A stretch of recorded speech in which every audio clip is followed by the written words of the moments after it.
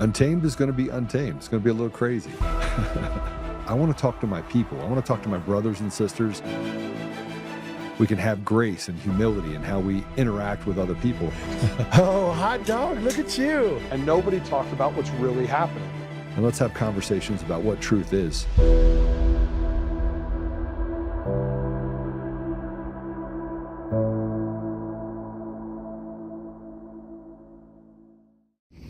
And in Shasta County, California, this is a charter county, and you guys have the right to use paper ballots. So your ballots are actually the mail-in ballot that people hand fill out. Yes, that's by hand. Ideally, that's the case. That was not my observation at the time that I worked here at the elections office. Your observation was that you saw ballots that looked professional. How do I say this? I don't want to use words for you.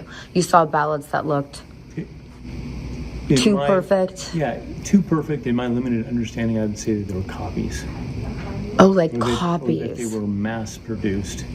Because they weren't hand-printed. They didn't look like they were filled out by hand. That's correct. Okay, and then the paper, what did the paper seem like? It seemed that there was some discrepancies with the paper, but I did not observe the variances that other people did. There were many people that described variations in thickness and in the quality of the paper. I saw that a few times. That wasn't my major concern. The biggest thing I saw again was the fill-ins. And then also there were ballots that were filled in with the perfect squares where they would be voting conservative on one part and liberal on the next page. And very inconsistent. Most people don't vote like that. And it was unusual. Where they, for example, they would vote for Joanna Francesca, who is against Measure B, and then vote for Measure B. So that is so interesting. And then when you found out that you thought that there was some funny business going on, who did you report it to? Well, I initially reported it to the ROV, Clint Curtis. Okay. I reported it to him on at least 3 separate occasions, and the operations manager. So if I had my wish, I would like to have Homeland Security come in and take a look. All they need is a warrant and a quick search will get to the bottom of this. So if you can, please come help us here in Shasta County. Because you've already been called by FBI from Sacramento. That's correct. Yes, the FBI was here last week, maybe some this week. And did you feel like they understood what was going on? I believe that they understood. I'm not sure if they care, and I hope to see some action. It's time for some action. Time for some action. You know, it's rub on your belly, tap on your head, just do whatever they say, and all of a sudden the results will just pop out the other end. But that's not the only one. So that was in Shasta County. That was in California. Clint Curtis, which if you don't know, he was the one in 2004 that was chartered prior to that by Congressman Feenley in creating a system that could steal elections without being detected. And that's in essence what they've done across the country. And we have all the evidence, but we just sit on our hands and we do this slow walk because you never want to give the people too much, because then they might actually think that they're in charge. They might actually think that you can make decisions quickly in order to give back the voice of the American people, but that's really not the case. Here's another one. Here's a clerk that is asking the federal government to help. To come help us. Please play it.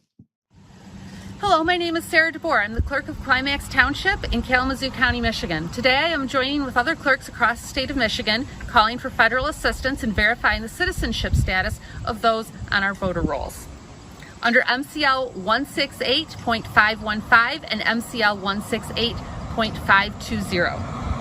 I am asking for this to be done legally and in my office to ensure that the voter files are protected under Michigan law. Recently, a whistleblower an employee at the Secretary of State's office, came forward alleging that the Secretary of State is registering non-citizens to vote. Contrary to what the supervisor of that employee told them, local clerks have zero ability to verify the citizenship status of anyone in the qualified voter files. So I am asking for federal assistance to do my duty as a local clerk to ensure that those who are registered to vote are also legal citizens. Absentee ballots go out on September 24th and time is running short. So I look forward to hearing from someone and working with someone from the federal government very shortly. Thank you very much. They're asking for help. What was interesting about the first video is that he said, hey, look, I don't even think they care, because they don't. Bureaucrats don't care. These are largely people that do not care what the American people think. They don't care. They don't care. Now, we were we got a lot done yesterday because the Supreme Court basically said, hey, you have to have some way of creating every ballot must have a serial number, and we get to know every ballot, what you send to every person, we get a copy of it, and we're going to come in. I know the ultimate goal that President Trump is likely to have is that he's going to walk in and say, state of emergency, I'm coming in, I'm going to check ballots in this area, this area, and this area. And by the way, if you're the Secretary of State, you're going to prison. And by the way, you're an enemy combatant at that point because you violated the rights of American citizens in a way that you acted seditiously. That the representative government that they have at the state level would be represented by fraudulent people. And therefore, we can send you to a military site and we don't have to go through the judges that we currently have in this rotted judiciary you want to call a kabuki theater, banana republic, a system designed by cartels and cabals to hurt the American people while basically lapping it up for themselves. But you know what? We just want safe and secure elections, and we'll take care of it ourselves. But we recognize that 60, 70, 80% of the money that the government has, they waste. They waste it. They give it to themselves. They give it to their friends. But the American people are largely on the same path. They believe the same thing. CNN are showing how many Americans support voter ID. This is their own graphic. Look at it. Take a look here. Favorite photo ID to vote. 85% of white people favor it. 82% of Latino. 76% of Black Americans favor it. So the bottom line is this. Voter ID is not controversial in this country. A photo ID to vote is not controversial in this country. It is not controversial by party, and it is not controversial by race. The vast majority of Americans agree with Nicki Minaj that, in fact, you should have a photo ID to be able to vote. So something of a... Now, if you have to have a photo ID in order to vote, you also then have to vote in person. And a vast majority of people have given up the idea that we should do vote by mail elections, that we should have someone out front that's counting how many people go in to actually vote. Oh, you voted?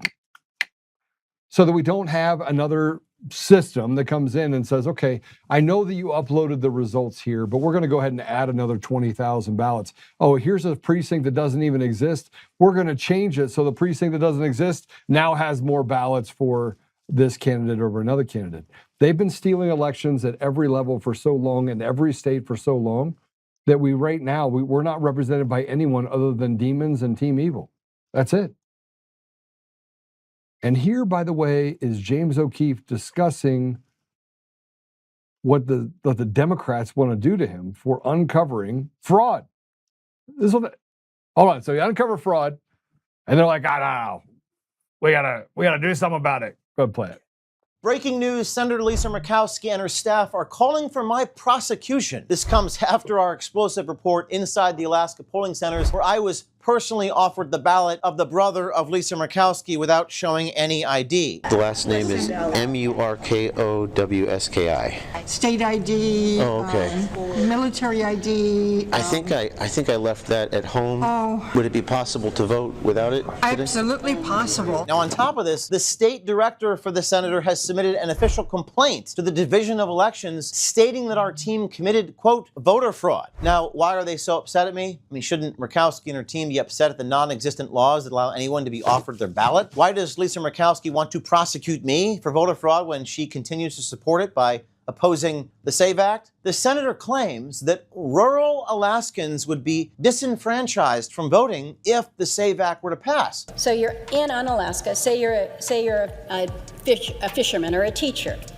The flight to Anchorage, because this is where you're going to have to go. You're going to have to go into Anchorage. 800 air miles, $1,100 per seat if you can maybe get on a charter. Well, gee, that's funny, because we actually went to rural Alaska, to the specific islands that Lisa Murkowski mentioned on the floor of the Senate and in the Wall Street Journal. And guess what, Lisa? They contradicted everything you said. Stay tuned.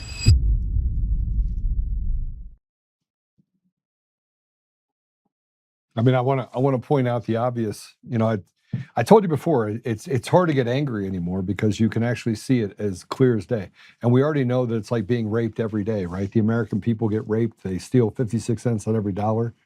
I sat down with a group that says they're going to put America first all around the country. And I said, okay, what are you going to do to get past the demoralization of the American people? And it's not, by the way, Republican or Democrat. It's every race. CNN themselves are saying that black people, white people, we're done talking about it. We don't want to talk about elections anymore. I mean, the day that I don't have to wake up in the morning and be like, election fraud will be probably the best day of my life, because two things will have happened. People would have been perp walked and put in prison, number one. And number two, my brothers and sisters in this country would have been given a reset on the opportunities available for them in the future. Groomers will be sent out to pasture. Pedophile and evil judges will be shown the door. And we'll finally get to a place where the American people can have transparent elections that allow for them to dictate the will of the people, a representative government. Think about that. That'd be beautiful, wouldn't it? Be beautiful. It's a beautiful thing.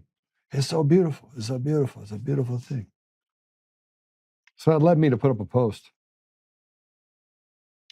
And I put this post up. It says, God forbid we have an honest conversation about reality. It's amazing just how retarded and weak people have become. It's true. They've become very weak and very retarded. And you may not be one of them. You may be one of the unretarded ones. Or maybe you were semi-retarded and you decided to give up your retardation. And they keep telling me you can't use the word retard. I had some piece of shit that used to work for one of my companies, literally, that wrote that, oh, by the way, this guy used a retard. While, by the way, I won't say names, because if I don't say names, I don't have to. But this is a person that, if they didn't quit, they would have been fired, right? Didn't work at all. Just trashy people. I've now come to the conclusion I'm only going to hire certain types of people in my company, people that are not retarded and not radically on the wrong side of the ideological fence. But I want to bring in somebody else. I had to put that out there because I read the thing where they quit and they wrote this whole, oh my gosh, wanted me to pay unemployment for them. And I'm thinking to myself, no, wait, no. But thought that they would actually, in a state like Colorado, that they would be able to influence things by saying that he has a podcast and he calls people retarded. James, I call people retarded. You do. You do, Joe. I do call people retarded. And I think they're retarded. I think actually that person is retarded. I think that person is super retarded. I think she passed retarded a long time ago and ended up on the retarded tree. In a state of retardation. Slow. Right? In music, it's just a retard. I hate retards. Slow. And look, I might actually sue this person just because, I might, just because I don't like being slandered. But we'll see. I'm in the process. We'll see how it goes. How you doing, brother? I'm doing all right. I'm doing pretty well. It's been a little while. Haven't had you on. I know that you're, working on some of these grassroots stuff that's happening on the national scale, and been over to Mar-a-Lago a couple times. And Yeah. Well, that was a while ago. I haven't been back there. I think maybe you were at the Ellipsis on Jan 6. Were you also at the Capitol? No, it was freezing. Oh, was- so it the was- only reason you didn't go is because It was. it's too cold for, it's too cold for No. James. We were starving. It was, Okay, no, wait, this is getting worse. Oh, you were starving, We were and you were so starving. cold. and we knew exactly what was happening in the Capitol because that started before he stopped. He stopped his speech. So, Oh, really? It started. so aside from being cold and hungry, we had some insight as to maybe some of the goings on and some of the infiltrators that were actually there. So we decided to wait it out. We actually went back to Trump Hotel. We ate lunch, put it on the TV, and the shit was already started. So from everybody calling, my wife and I going, "You gotta go, you gotta go." You gotta We said, go. we'll go in a minute. And then they called us immediately, like, "Don't go, do not go." Oops. We had an idea of what was going on before we got into DC. So, Well, I was at the State Department getting. you had an idea what was going on? I had an idea. I had a lot of ideas. I have a lot of ideas what happened in the elections. And they keep gaslighting. You have Eric Coomer running around going, I'm going to sue everyone. It's not going to work out for him. It's not going to. It's not going to work out for a lot of them. Or his lawyers. Oh, man. So I've been deep diving on Eric Coomer's Well, lawyers. they don't care. David They're Beller. just getting Oh, my paid. gosh. Bro, You know? can I do this? Can I Wreck-It Ralph? Wreck-It Ralph. All right, let's Wreck-It Ralph. So one of Eric Coomer's attorneys, his name is David Beller. Can we get a picture of David Beller? Can we get him? I want a picture of David Beller in his Speedos. You know, the what are they called? Lululemon skinny jeans. Okay, no Lululemons for him. He's a tight pants boy. The type of, I think he's actually. I mean, he definitely is of the persuasion. Yeah. He likes oys. Something that matches with oys. Little boys. A lot more of them do than you would like to believe. He's a little weirdo. So anyway, I did a deep dive on the lawyers for Eric Coomer. And boy, let me tell you something. First of all, I got to tell you, I went down to a town in Texas. Mm-hmm. I think you know what town I'm talking about. I do. And I was talking to a friend of ours that lives down there in that Texas area. And we're dealing with a legal issue for someone that was, well, I'm just going to say it. He was raped by a guy that literally was, I had to get permission to talk about this. I had to get permission from the person to talk about this. And I'm not going to use his name yet. But he was raped by this guy, drug raped. But he's a well-known person in that town. So I went down there because, you know, I'm kind of like that guy just walked in. I just started walking in, asking people questions. Hey, do you know who Tim is? Do you know this Tim guy? And they're like, oh, yeah, we know him. He was the mayor. James is worried. He's like, where are you going with this, Joe? So then I kept asking questions. And they're like, yeah, you need to talk to this guy. Give me his number. Can I put you on the record? They're like, oh, no, absolutely not. So then I call that guy and I find 3 other people. Now, just so you know, the police department and the DA's office had all the information. They had all the information that I was able to get in 20 minutes at a coffee shop, a place where you do, what's it called? Consignment shop. Mm. And I went across the street to a burger place, and then I went to another place across the street that had like flowers.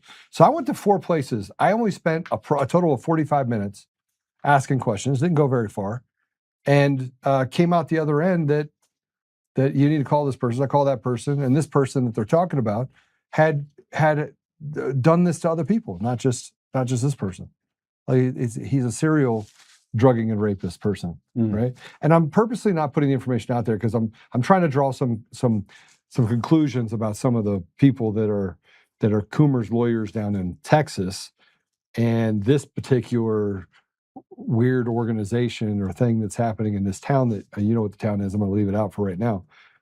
And the David Bellers of the world that are then tied into this organization called the OARC, which is it's the Office of Attorney Regulations of Colorado. So they regulate themselves in Colorado and disbar people and things like that. So then I got to talk because I started asking questions and I started meeting people that know other people that know David Beller. And then I met someone that was represented by David Beller's firm who did not tell them that there was a conflict in their office because he worked with the people inside the OARC. Mm-hmm. You got it? Okay, put up skinny jean boy. There he is. I can't see his skinny jeans. Nobody can see the fact that he has chicken legs, right? This is totally wrong. Anyway, this guy is like plays for Team Evil, right? So he's Eric Coomer's attorney. And he's like, I don't know, 5 feet tall, and he weighs like 40 pounds. Yeah. Which is just a little bit less than me. It's actually quite a bit less. I picked you up before. He's a little man. He's a little man, very little man. So I started doing all this research on these guys, and I'm going to do an entire show on David Beller. But David Beller, man, by the time I'm done, I'll wreck it, Ralph. And I'm going to bring on people that have had to deal with David Beller.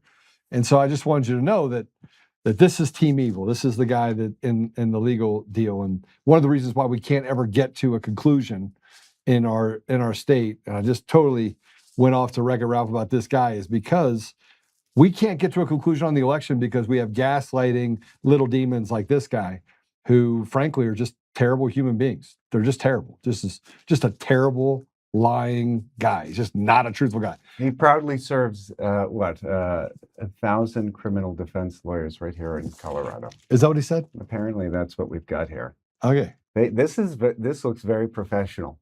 This looks like a very nice description of David.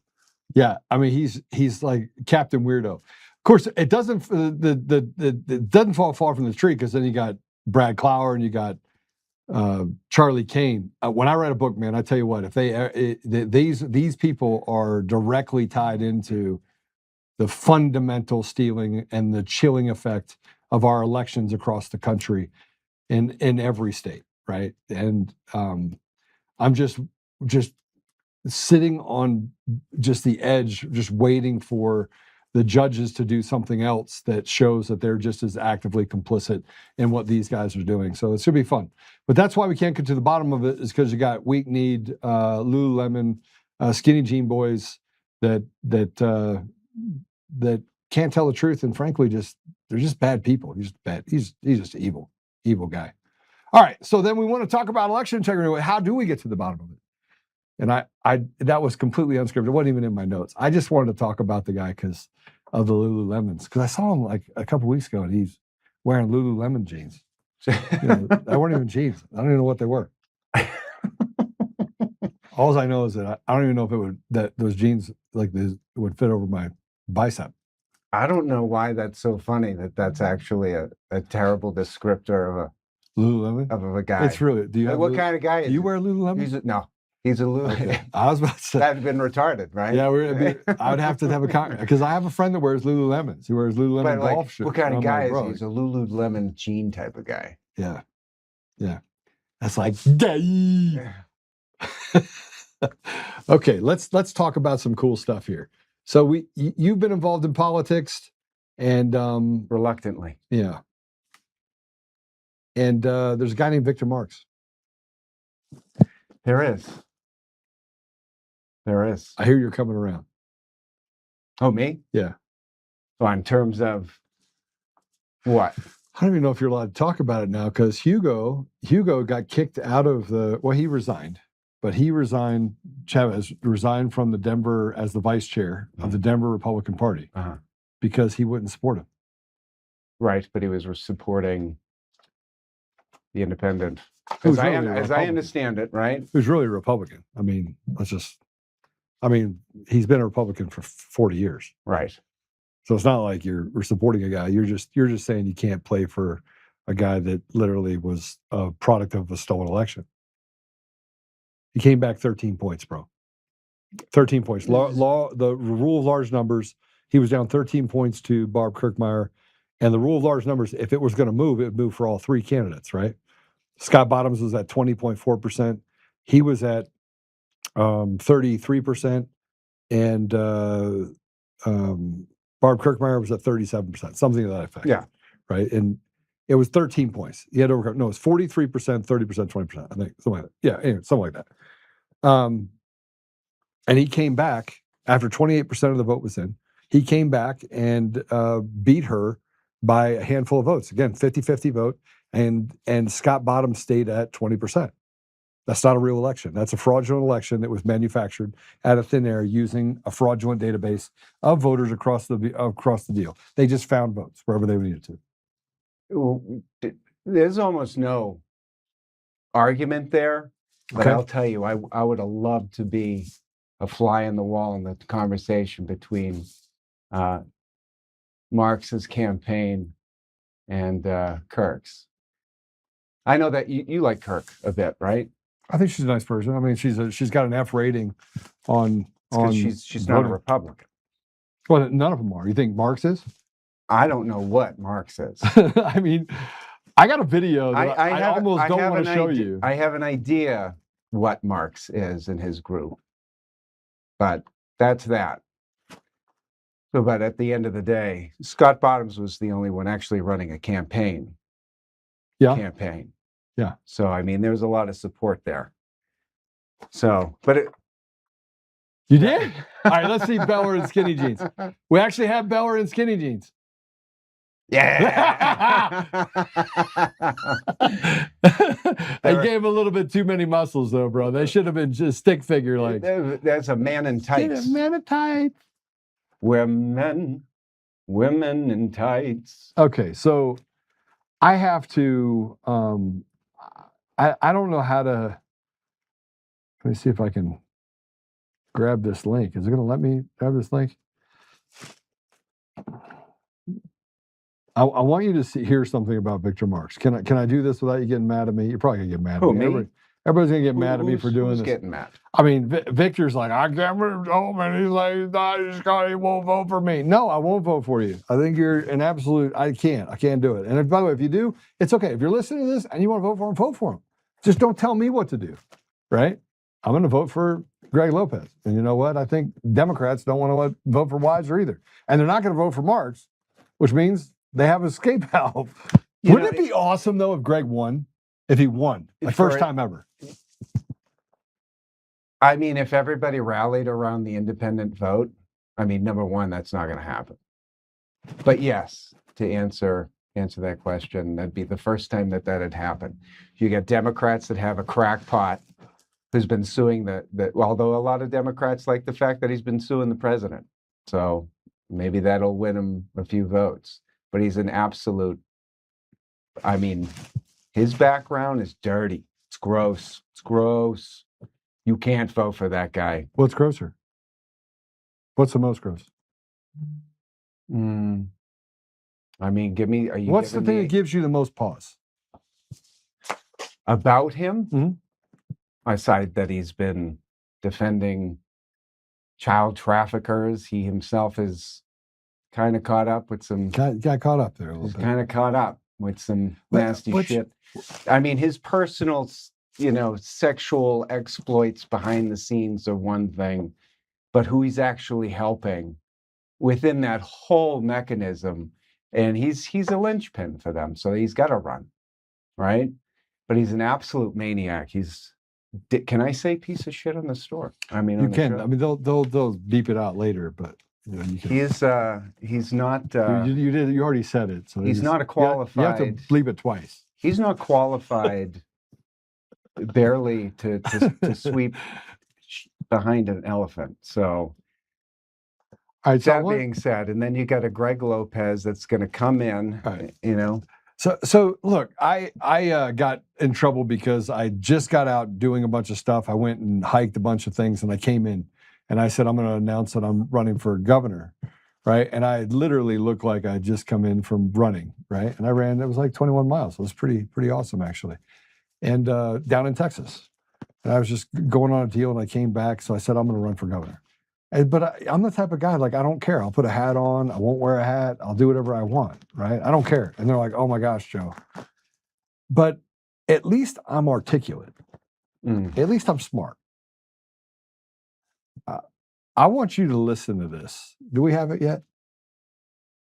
Okay. I want you to listen to this. This guy is giving a speech in front of people. Like, there's actually people in the room when he's giving this speech. You know what I'm talking about, don't you? and he's running for governor. Like, Weiser is worse. I agree. I totally agree with you. Weiser is so worse. But this guy talks about elephants, peanuts, squirts of lime or lemons, sucking on lemons, crazier than a monkey on Mountain Dew. I just can't. I don't even know what to say. It's a Southern term. That's a Chattanooga, Tennessee. He talks about like being locked in a cellar and then monkeys and then like squirts of lemon. Play it. You can say what you want. I may not have been your best pick. I may have not been your pick at all. But what's your choice? Now, what are you going to do? Send Weiser? You going to suck on a lemon and send Weiser? I had a fellow tell me the other day at a stinking fundraiser. Y'all can tell I'm not a politician. I don't give a flying squirrel sack what people think. I'm going to get the mission done. That's why people elect someone. Yes. And I'll tell you what, at this doggone fundraiser, this guy goes, and Lauren Burtwood was there. It was a small one with tall cotton people. Big money. Oh, Jim Jordan was there. This guy looked at me and said, well, you want my choice. I said, well, what's your choice now? I ain't got time trying to hold you because I wasn't your choice and cuddle you, man. I said, what do you do for a living? He goes, oil and gas. And I guess he was proud of some zeros in his bank account. I said, oh, huh? I said, you too successful for me to call you oil field trash? I said it in front of everybody. I'm like, you want to pick a fight? You want to pump chest? You have no idea the level of crazy that will come at you. Like a monkey on Mountain Dew. You ever been locked in a cooler as a kid for dead? I have, and I know how gets stuff done. I said, my family's oil field trash. My brother was climbing rigs at 18 years old and developed a top company, made hundreds of millions of dollars. So I'm not worried about your money, sir.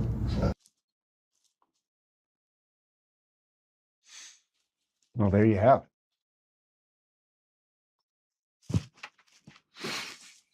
it.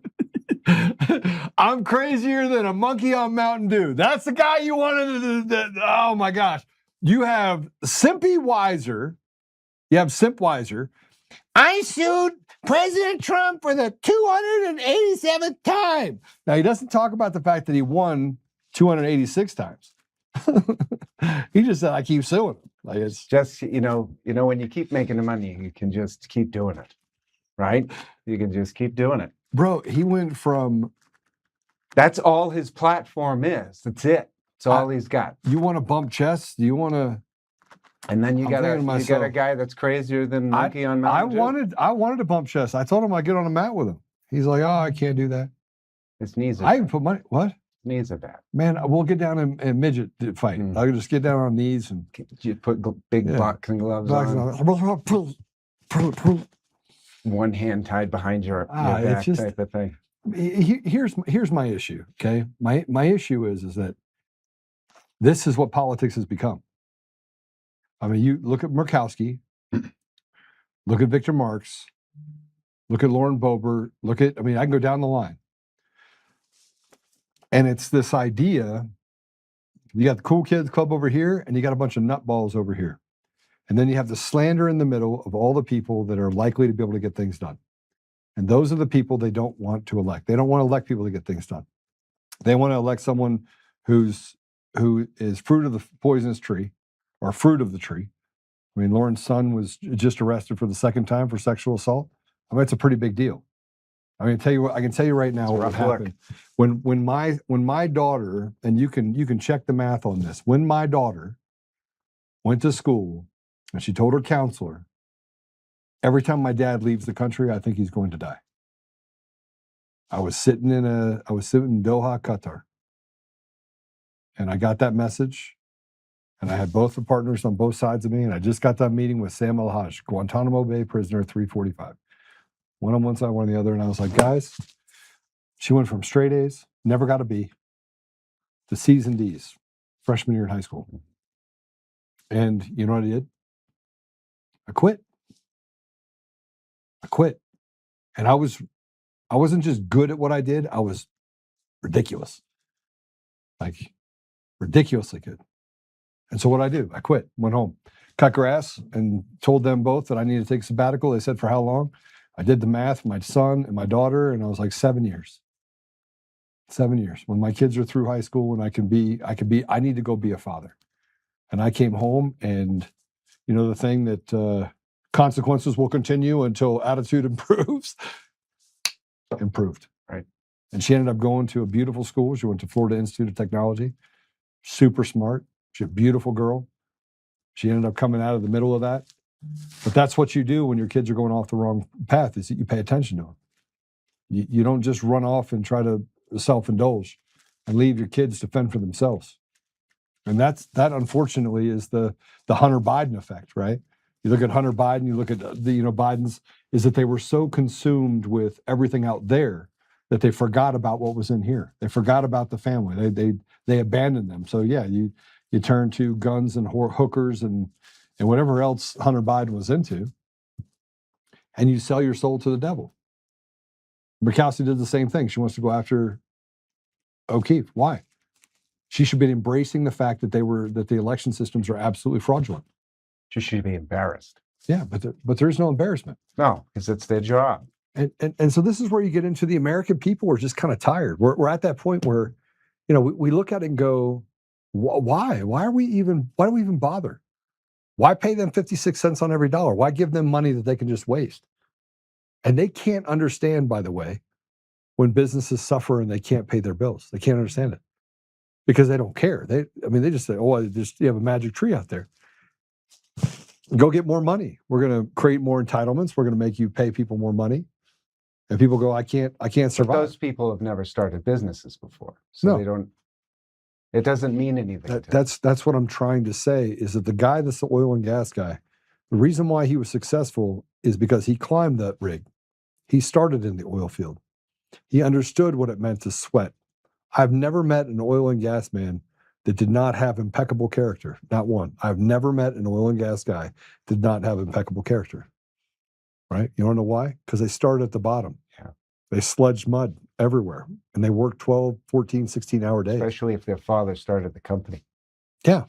Because you have to work harder. You have to prove yourself. Both my kids, same thing. They have to prove themselves. They have to work harder. And here we are having a conversation about what does it mean to work harder? What does any of that mean? Right? But this is what we get. We get the crazy guy that talks about drinking Mountain Dew and playing with monkeys. Or you have the other guy on the other side that is a weak, pathetic man that talks about that his lesson in life is going to sue President Trump.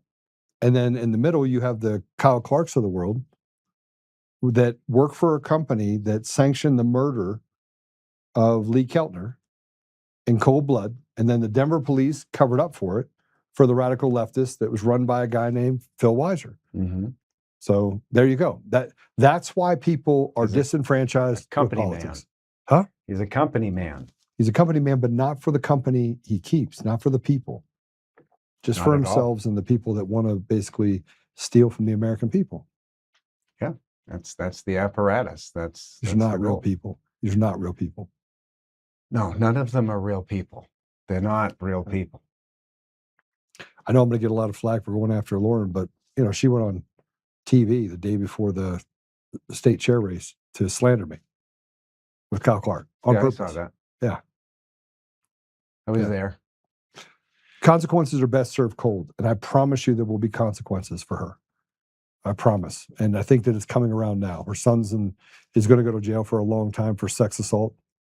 She's hoping that Marks gets into the deal so that they can pardon her son, right? Because that's going to teach him a lesson. But not Tina Peters. But not Tina Peters. Oh no. Oh no, couldn't do that. Mm-hmm. But she'll take credit for that, though. She'll take credit for it. Okay. Yeah, it's. Let me ask you some questions. Can I ask you some questions? Yeah. Why are Republicans in Colorado, why do they suck so bad? You know what? I think there's a mixture of, depends on which ones you're talking about. There's good ones. They're just If not you're leadership. talking about people that are just citizens that registered as Republicans, they're, you know. You mean in leadership that are so enamored with the idea of running things? No, I haven't even gotten to that. I'm just talking about regular citizens that are just voting Republican historically. Yeah. I mean, those are the people that are completely frustrated because you've got a party that they've been a part of for a long time that isn't just, it's fracturing. And there doesn't seem to be any cohesion with the party, so which makes hope even more difficult. So, and compound that like times 100 in the state, you know, you're going to have a lot of those people. A lot of them left and went independent. You know, so did a lot of the Democrats. They also came in independent. If you're talking about the local yokel GOP leadership, you know, it's not much different now. Maybe it's a little bit more. It used to be a third of the GOP were old school, kind of bedazzled Trump hat wearer. Pretty much they'll go wherever the vote's listing. And not to demean anybody by saying that, but they were party line voters. If that was the plan, that was the plan. Then you had a third of absolute establishment infiltrators doing everything that they could do to sow confusion. That's my opinion, right? That's my unprofessional opinion. And then you had a third surge in, saying about 2022-ish, 2020 to 2022, maybe even a little bit earlier than that, that kind of came in new and either stayed on and fought the good fight because they could see they could critically think, number one, and they were seeing something's not quite right and trying to do the right thing. And half of those, you know, dropped out and said, I'm good. I don't want to be this, that, and the other thing. There's still a few good ones that are trying to figure out a path forward. But there's so many disruptions within the body of the GOP right now, and it's so fractured, you know, that kind of set off because everybody's pointing out someone who is, you know, agency or whatever they are, and they were wrong, right? But then their ego, once your ego is involved with the way that you think, you're in trouble because that becomes your identity. So, but at the same time, anybody that kind of got in a little higher in, I mean, when you see people change in the love of that authority. The love of that authority. I mean, I want to... Not the love of the responsibility, the love of the authority that it came with. The power. The power. Yeah, and what's interesting is that it's significance. People find their significance in a post where they can actually do harm or take from or rule over another. And it really is sad. It really is kind of I mean, I look at it and go, that can't be real. You can't actually really feel that way. But they do. They do feel that way. And they make really retarded decisions, and they do things to hurt the people in their community. And we see that happen every day. And we see people that stand on both sides, on the Republican side, and they scream obscenities at each side. And it doesn't matter what's good for the people, as long as their horse wins. Not what's best. Because why would we want to do that? Why would we want to do what's best for the American people? That would be counterproductive, I think. I don't know. For somebody. All right, so let's get into this a little bit. I put this post up, and I want to stay in line with this because I've been criticized by a person named Danielle Neuschwanger. Do you know who she is? Neuschwanger. Danielle Neuschwanger. All right, so we're going to talk a little bit about Colorado because Colorado is basically like it's just do the ditto, you know, same in every other state. Because what I'm about to tell you is the same. So you have people that try to pimp and other people. And this Danielle Neuschwanger likes to pimp Victor Marx. And the pimping of Victor Marx is she ran for governor in 2022. Now she's had a litany of I mean she's a hot mess. But Don't know a whole bunch. She didn't like me. She's She didn't like me. Wild Buck Realty. Yeah, Wild Buck Realty. Yeah. So anyway, pretty interesting character, Kat. Greeley, right? She's a Greeley gal. So she decided to enter back into politics, 2022. She ran against Heidi Ganahl. Heidi Ganahl got the nod for governor. She didn't. The American Constitution Party. So then she joined the American Constitution Party. And she was asked, whether or not, same thing, whether she would support Heidi Ganahl over, if it came down to it, over letting Polis win. And she said, I'd rather Polis win. Mm. But then she came out, let's put these up real quick, because the first one is, she was asked, the question was asked. Now, they asked us several times. She did an entire video on this. Why not?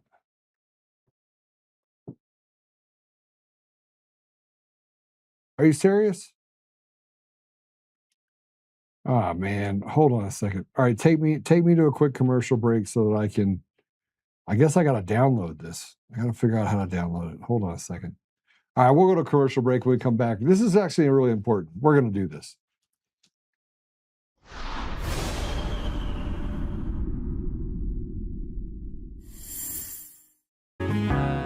Oh, hi. I almost didn't see you there. Welcome to DCF Buns, where you can find the freshest buns in town, if I do say so myself. Our master bakers teach class every week. So whether you're new to baking or trying to improve your culinary skills, we got you covered. And we can help you bake the cake of your dreams. We'll even clean your cake if you want. And if you don't want to bake anything yourself, we have loads of fresh buns available in a variety of shapes and sizes. Check us out at dcfbuns.com to learn more. DCF Buns. We keep the buns hot and the deals hotter. Buns. In every thread, in every stitch, Honor-Bound USA weaves the fabric of the American spirit. It's not just apparel, it's a testament to God, family, and country. At Honor-Bound USA, we're a family of patriots who put our faith, family, and America first. When you visit our website, you'll find a line of products that embody our commitment to pray, stand, speak, and act. As the official site for the Untamed podcast, all of our products proclaim speaking the truth with courage. We also have the powerful documentary from Professor David Clements, Let My People Go. Identify yourself as one of the few who are willing to stand for what they believe in. Join the Honor-Bound USA family today. Wear it as a badge of honor, commitment to the values that shape us, and a pledge to the bright future we will build together. Because when you're honor-bound, you're not just wearing a brand, you're embodying a lifestyle.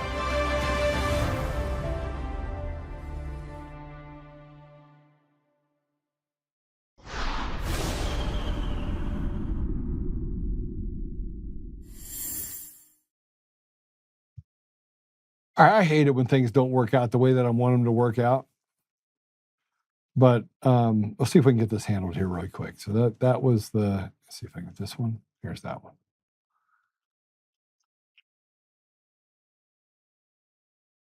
Okay. Okay. All right. All right. So let me just go through this with you. So I did put the post up so you can have them to read it to you.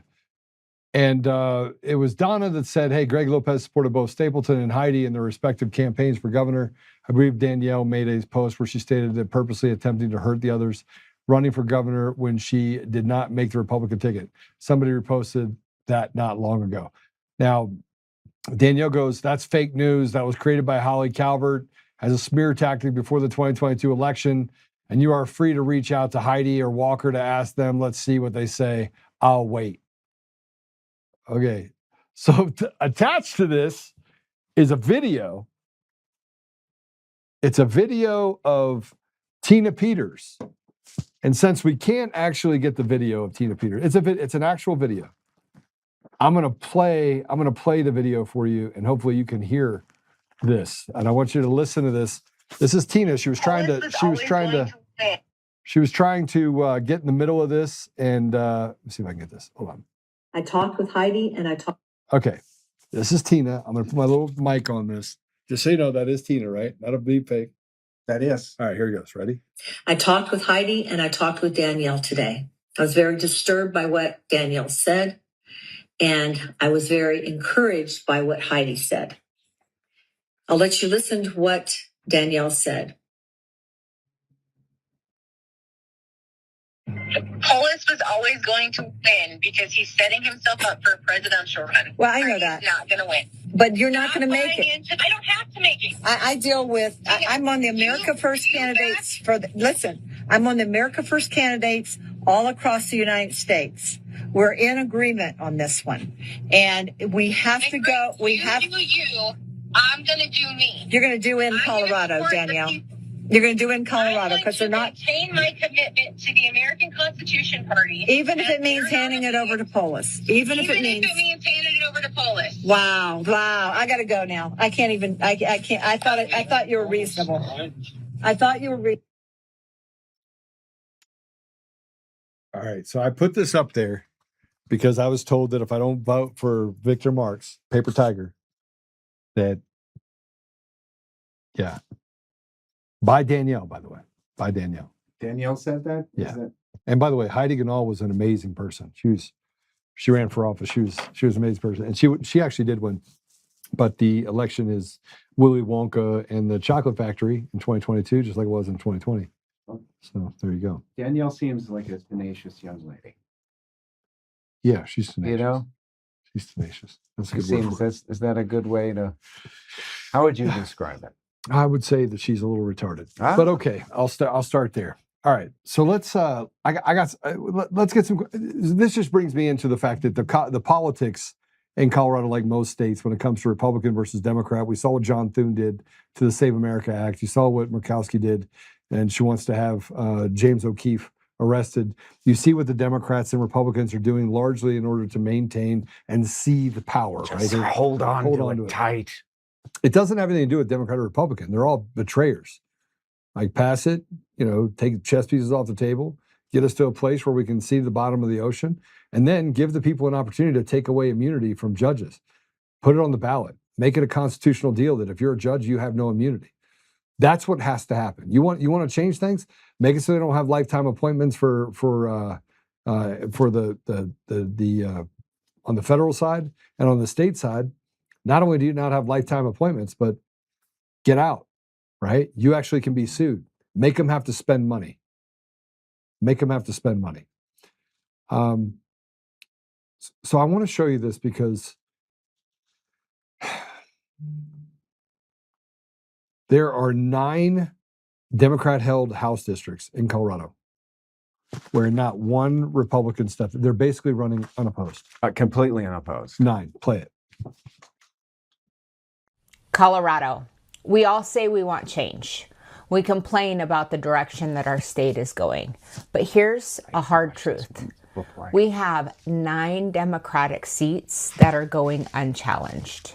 Like zilch, nobody is stepping up. Now, if we don't show up, we won't have a seat at the table. Not only will they be the supermajority, it's going to be a total collapse. So what does that mean for us? We'll be the super minority and we will not have a voice at the table and we will be silenced for years. And guys, you can't win the fight that you don't show up for.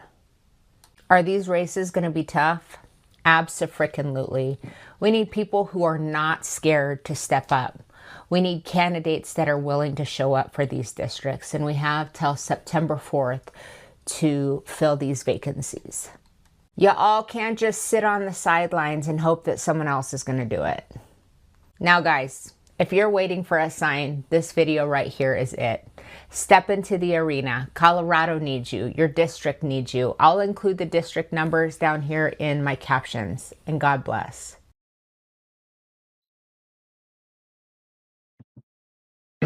Can't say it any better than that. Can't really add to it. So this has been a problem for a while, and you've got these. Nobody wants to be a part of the Republican Party because they're just they're a bunch. They're just not. I mean, come on, man. Maybe, but you can't really blame it on that. They did the whole race. Let's just talk about the race for the Colorado Secretary of State. They did it with proxies. They literally loaded up proxies on people that were volunteers, James. They were volunteers. They weren't voting members that had 4 other proxies. They went out and found Tom, Dick, and Harry in their house and said, come with me. I want you to come over to Montrose, 3 hours away, and I want you to vote for this candidate with these And you didn't even, I mean, it's not a real race. It's not a real, everything is fixed. It's either fixed at the national level, it's fixed at the state level. Everyone's too busy fighting everyone else because you have weak people that are in those positions. Which is all the more reason to actually step in instead of throwing your hand in the air, though, Joe. My only counter to that is it's not that I disagree with the egregious I'm just telling you. I mean, it's effort to undermine the whole system. But the problem is this. The midterms are going to happen. There is not going to be some hopium thing where he's going to do this emergency declaration, I agree with you. move it to June. Number one, he can't do that, right? It's going to play right into the left's hands that he's a king, he's a this, he's a that. So he's not going to do that. He's done everything that he possibly can to set this thing up and give them the opportunity to do exactly what they want, which is the right thing. In the meantime, it doesn't really matter how frustrated you are. That woman is completely correct. You can sit there, well, fuck it, excuse my language. Screw it. You know, it's all cheating and we're not going to do it. You still have to show up and fight. That's the only leg we have to stand on when cheating does happen. Because if no one shows up, then it'll be like, well, then that's what you wanted. It's either that or what do you suggest? Everybody's going to vote for the center or some independent or, I mean, that's possible. But if you actually want a constitutional republic, I understand the naivety of saying that out loud. I'm specifically aware of all kinds of cheating and how they do it, who they're doing it through, no different than, same as you, same as most people watching. I mean, if they're watching you, they're probably read in just the same. But if we just sit there, I don't know. I got some screw it. I'm not going to do anything. Then there's zero path forward whatsoever.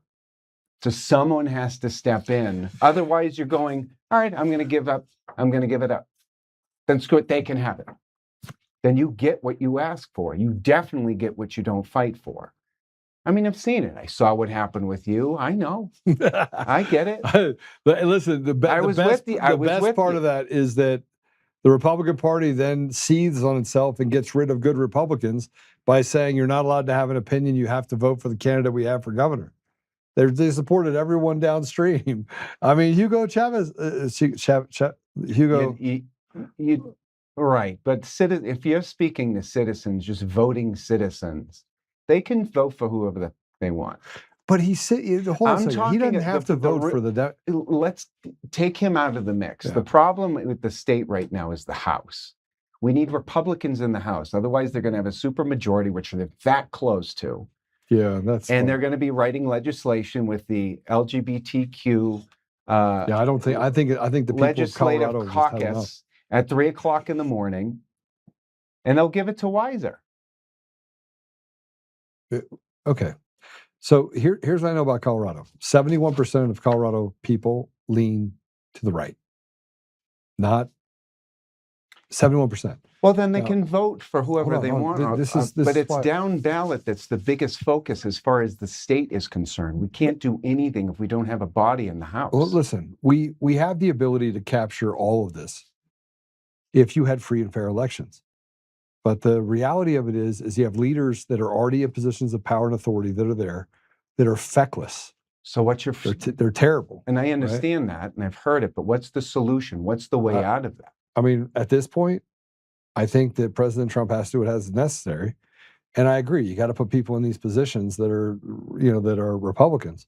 But the reason why they're not there, if you don't address the reason, you can say all you want, hey, hold your nose and deal with the leadership there, all you want. You can say that.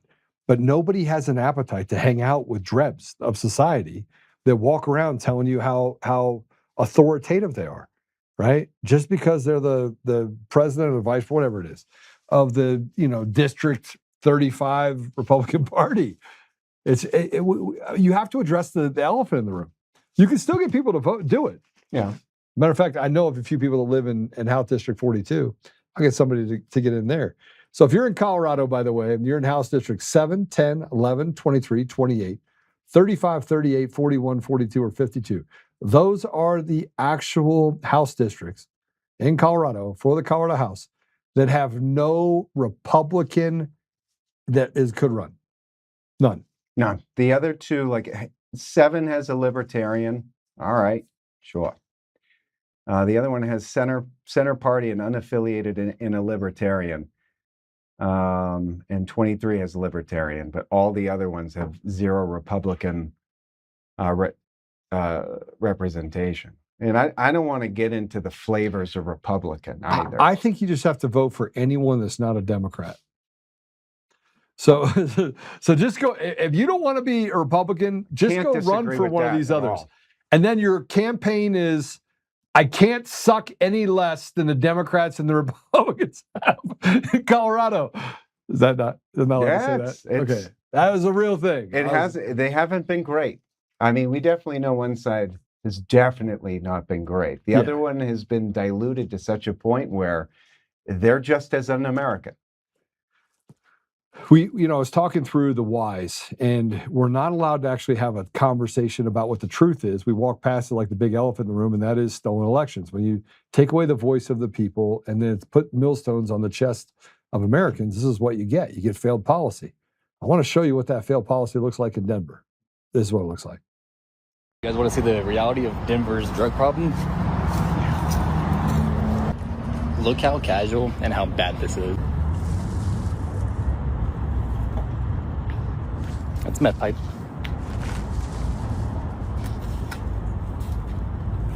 That's a lighter. Everywhere.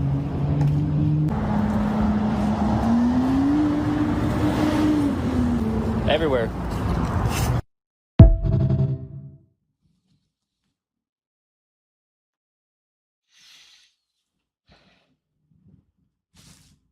Everywhere. Everywhere. Denver County. Yeah. Well, it's not just in Denver County. I don't mean to say it that way, but that's when you have an evil, maniacal group of leaders that just want those people to die. Yeah, I mean, look, I don't want anybody to die. I want to have selective humanity. That's somebody's son. Yeah, I mean, look, at the end of the day, we don't have just failed policies. We have an open door to drug abuse and pornography and trafficking of children. And I mean, I go down and grooming of kids inside of schools that create mental illness. And then you have psychotropic drugs. And I mean, just imagine the number of things. Kids literally had no opportunity to survive anything if their parents trusted the government.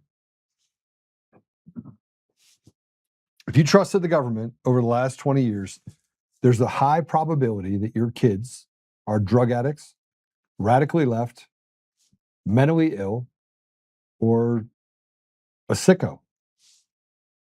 Am I wrong? No. And here's an interview from CBS about an immigrant who was weirdly deported to the wrong country. Play it. Y Yasmani, no pueden salir de ese edificio. You cannot leave that building. No, con el oficial solamente, aquí afuera. Porque ya se llevaron a él a Daniel. Wow. Nos tienen aquí detenidos en un centro. No podemos salir, no tenemos documentos, sufriendo por nuestra familia. We're suffering. Que no conocemos, otra cultura. Hay mucha violencia aquí en la calle, no podemos salir. Los Estados Unidos nunca te avisó que te iban a deportar a África. The U.S. never gave you notice that you were getting sent to Africa. No, a las 5 horas en el avión fue que vine enterando que veníamos a África. Were you deported because of a criminal record? Yo no tengo ningún antecedente criminal, solo de infracciones de tránsito. Where are the other deportees from? Nepal, Nepal, Vietnam, Cuba, Ecuador, Honduras, y África. And Africa. Y Rusia. And Russia too. Pero ninguno de ustedes es de ese país. None of you are from that country. Such a lie. Ninguno somos de este país. None. Están atrapados. You're stuck. Estamos atrapados en este edificio. Y en África. And in Africa. Y en África, en otro continente que no conocemos. Y este es un país bien violento, que lo he buscado en YouTube. Puede ser que nos vean sin documento y nos pueden matar, nos pueden arrestar como le pasó al compañero Daniel ayer. Okay, so just so you know, it's a continent, Africa. It is. Okay. Many countries on that continent. And he just said that he's in the country of Africa on a different continent. So who put that out? I want to take a guess. A person that basically is retarded that used to work for USAID. Okay. That makes sense. That sounds like that. Isn't there a bit of a background behind this gentleman? Wasn't he given some options? Yeah. Yeah. This is, and I mean, but he definitely is. And he refused. He definitely is gay too. Either that, or somebody gave him a helium balloon before he got on. As I understand it, he was given the option to go back to his home country, refused. Yeah. With money, or a country of his choosing. Yeah, and he chose Africa. No, he didn't choose anything, right? So he didn't choose anything. He chose Africa. And they sent some country in Africa. All right. And it's very violent here. And I'm thinking to myself, Africa, it's like it's violent in New York City. I mean, the guy literally came from Honduras or one of those countries. Those are violent countries. Those are violent countries. And you're going to a country in Africa, you think... I don't know that he picked that. I thought, as I understand it, I don't have a source in front of me, right? But as I understand it, he was given an option to go back to his country, said no. Yes. Then a country of his choice, $2,500, and he refused all. And they said, okay. Here you go, and you're going to go to Africa. And that's when he goes, did they tell you where? Like, no, because you just refused to go back. And this numbnuts is going to go like, do you see? He's also lying. He said he didn't have a criminal history. He does. Oh, yes. Oh, I can. You 4 saying crimes. Saying that he would lie about that? He's lying about it. Oh, yeah. And have you have a criminal history? No. He said criminal convictions. No, you were charged with 4 crimes. 4 crimes. He was charged with 4 crimes. And then they're like, get out. And they had him dead to rights. And they're like, get out. He's like, no, I've never been convicted of a crime. No, that's because they kicked your ass out. They said, get out. Go to the country of Africa. I still can't get over that part. Okay, so we do have some wins. You know, some wins? We had some wins. Yeah, a few. What was the big win yesterday? SCOTUS? Yeah. SCOTUS was a win. I enjoyed the dissenting opinions. Are we going to read those? I don't have. I have them. We should read those. Get me the dissenting, because I have Kanawani, Ugajuga, Brown, Jackson. Did I say that all right? Ketanji Jackson Brown, I believe. That's how she probably. Supreme Court lifted a court block on President Trump's mail-in ballot order in a 6-3 vote. Catatonic Brown Jackson is mad, dissenting the states won't be able to reverse the rules in time for midterms, securing our elections. So here's the great part of this. By the way, Patrick, can you give me a couple of ibuprofen, please? Like a packet of 2 for it. Let me just, you want to go through what it did? It did a lot of things. So her opinion, Justice Ketanji Brown Jackson accused the majority of taking its eye off the ball, thus missing the government's actual objective to secure our imprimatur for its effort to foment chaos ahead of the November elections. So what she's basically doing is she's calling President Trump the bad guy. Yes, because he's actually the one, by trying to secure the election or put everybody on notice, that he's fomenting chaos. So every time they say something, they're actually doing it. She's a retard. Well, she is. She's not that bright. She doesn't. She didn't know what a woman was. She didn't write that. She doesn't know that word. She doesn't know that word. No, absolutely not. She didn't write that, but that's her. All right, so dissenting opinion. Let me just talk about what did happen and what didn't happen, because this is super important. The ruling did, by 6-3 vote, that the Supreme Court lifted one of the 2 federal injunctions blocking Trump's mail-in ballot executive order. And here's what it specifically lifted. It lifted the injunction from U.S. District Judge Indira Talwani. that have blocked the executive order in 24 jurisdictions, 23 states plus DC. So it clears the way for DHS to move forward on building lists of state residents to check voter eligibility and citizenship. So it did that. Now, let me tell you what it didn't do. A second broader injunction that Tawani issued on August 11th extended the block nationwide to all 50 states, remains in effect. Because the nationwide injunction stands, Postal Service's new mail-in ballot rules are still not enforceable anywhere, even though the USPS has finalized them. So the net effect is almost nothing in the executive order can actually be implemented in practice before the ruling is followed by further litigation. Now, let me just talk about how they framed it. So this is really important because everyone's like, we have a huge win. Now, it wasn't a win. It wasn't a win, okay? It wasn't a win because what they did is they jumped over the little bunny hop deal in order to hit the wall. And the wall is that even if you live one injunction, you should have addressed the other one. This is why I tell you that the Republicans are in on it. They're in on it. They're in on it too.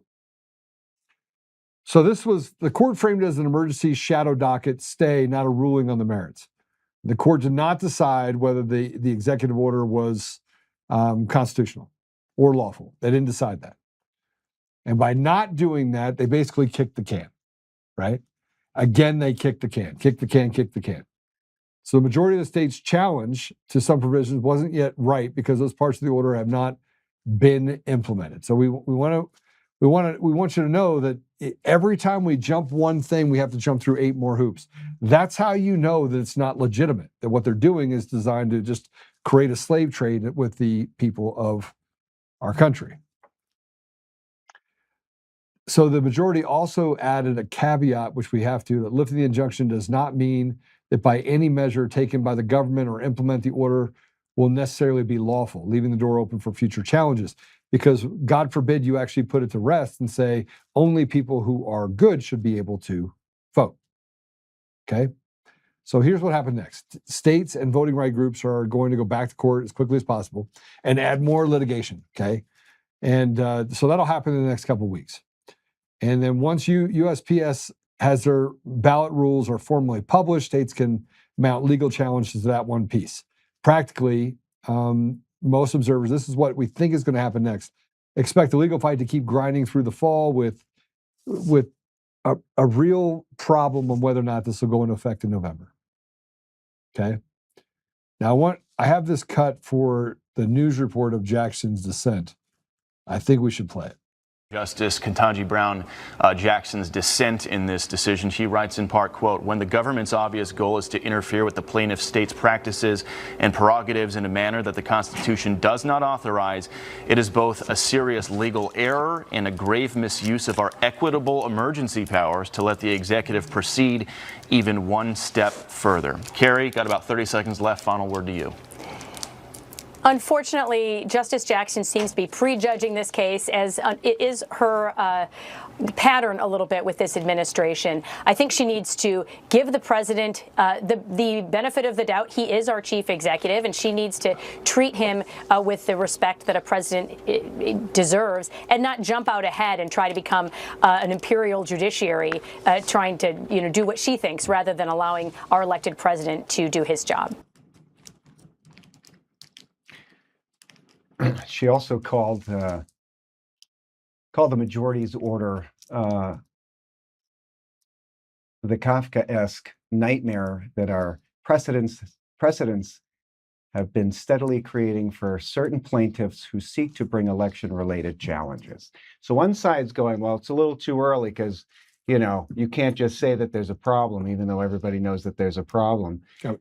Again, we're going to gaslight the American people. Well, you gotta wait until we've actually committed the crime so we can litigate, and then even the majority even said that this may even come too early, like to actually implement. So they're too late. They're even saying too early as well. They're siding with that as well. That was their little caveat.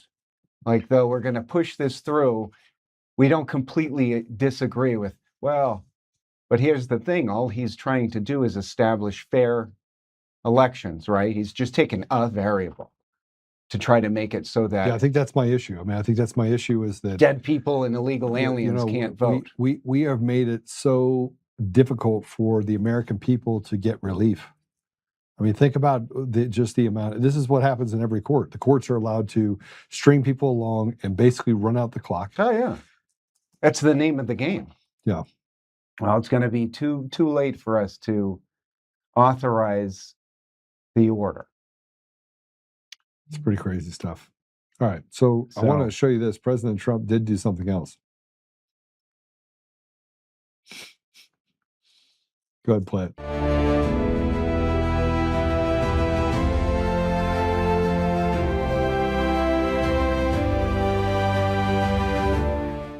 For those of you that missed it, that's Lake America that used to be called Lake Ontario. I don't.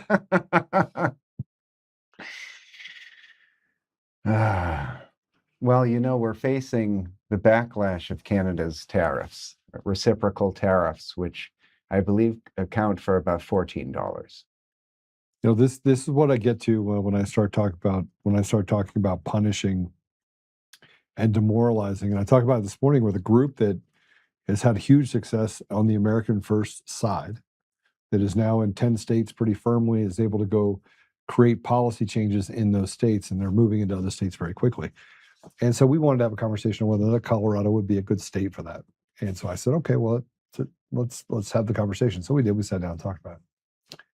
And one of the things that I said is, listen, the demoralization of the American people, the generational American people, like 3, 4, 5, 10 generations, more than two, more than three, people that go back in time.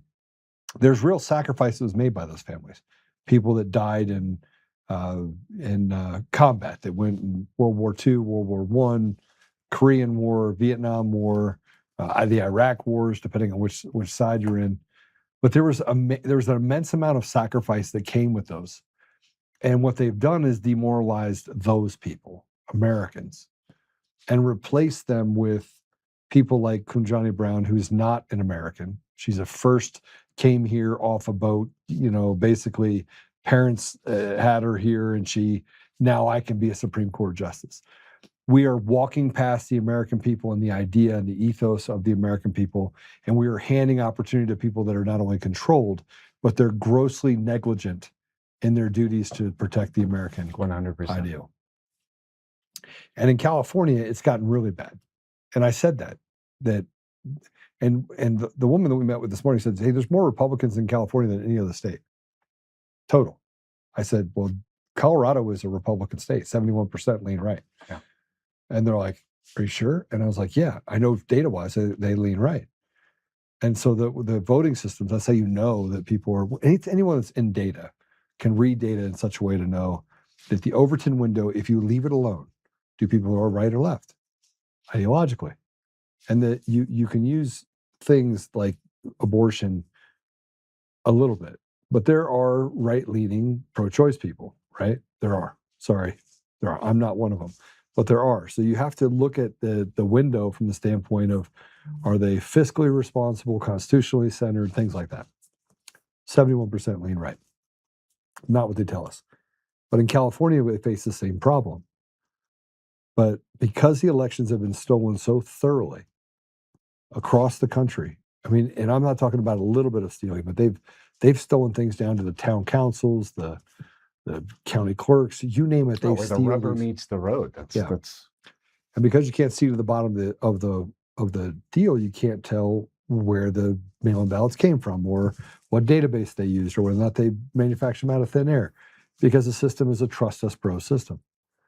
Well, just in California, they passed into law what's called the Stop Nick Shirley Act. Oh yeah. This is an act that says that it is illegal now to uncover fraud inside of the state of California. Let me say it again. It makes it illegal for you to go out and find fraud and hold your government accountable. Play it.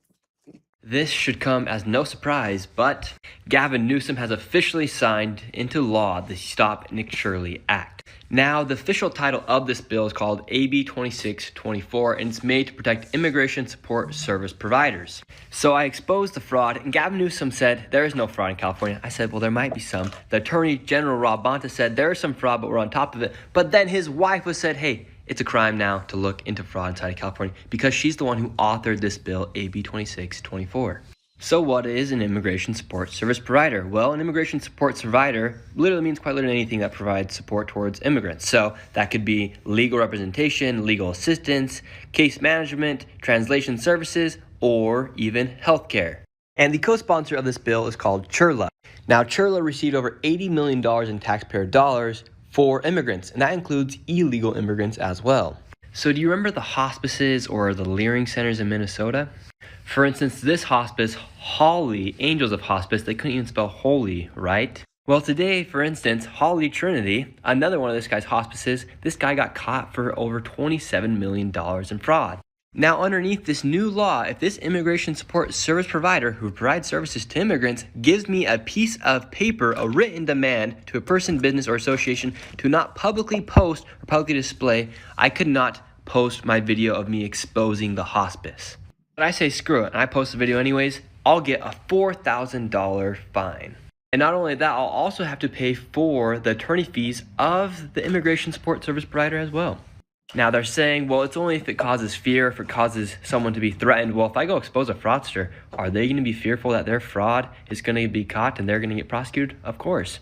I'm just one man out here trying to teach the world how to leer a little bit here and there, and now they're coming after our First Amendment. So this Wednesday, we're not going to be quiet. We're actually going to do something about this.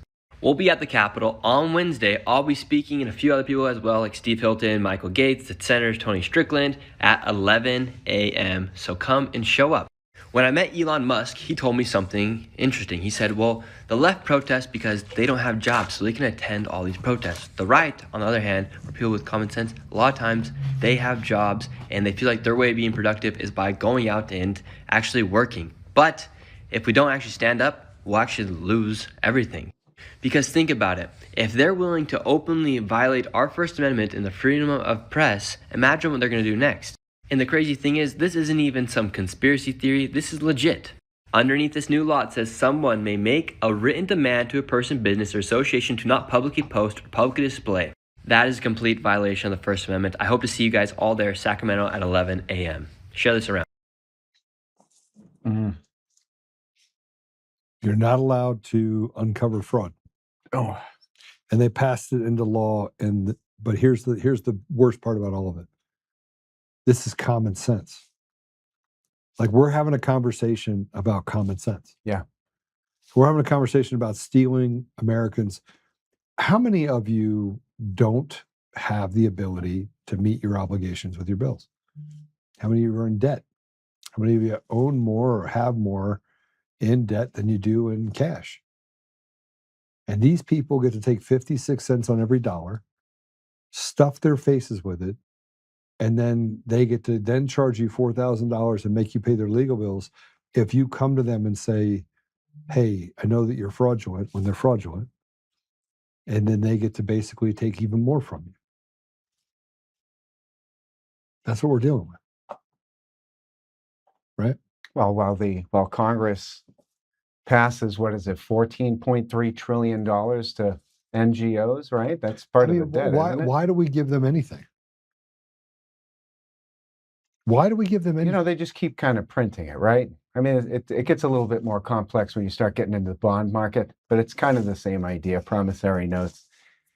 They, and then tax and continue the tax. I mean, we've got a sweet, sweet bill coming down Colorado as well to continue to raise taxes because everybody's going to agree with that. It's not so much that nobody's going to agree with it. Of course not, but apparently we're going to vote for it, right? Yeah, we're going to vote for it. We're all simultaneously going to disagree on almost everything organically, but we're all going to agree to finally do that. Yeah. They just don't want us to have it. It's not that they need it. No, they want to give it to their friends and they want to make themselves filthy rich by basically taking from the American people and proving that we're slaves. So I want to show you this. This is, and New York had a new law that went into effect as well. And let me after hearing this, I want you to tell me whether or not you think that New York is going to be safer as a result. Play it. And we will not sit idly by when ICE commits atrocities on our streets. We will not allow local cops to be diverted as ICE agents to conduct civil immigration enforcement. To keep crime down, as we have been doing, we need local police focused on thwarting local crimes. Local police, local crimes. Not conducting civil immigration enforcement, not chasing Stephen Miller's inane deportation quotas.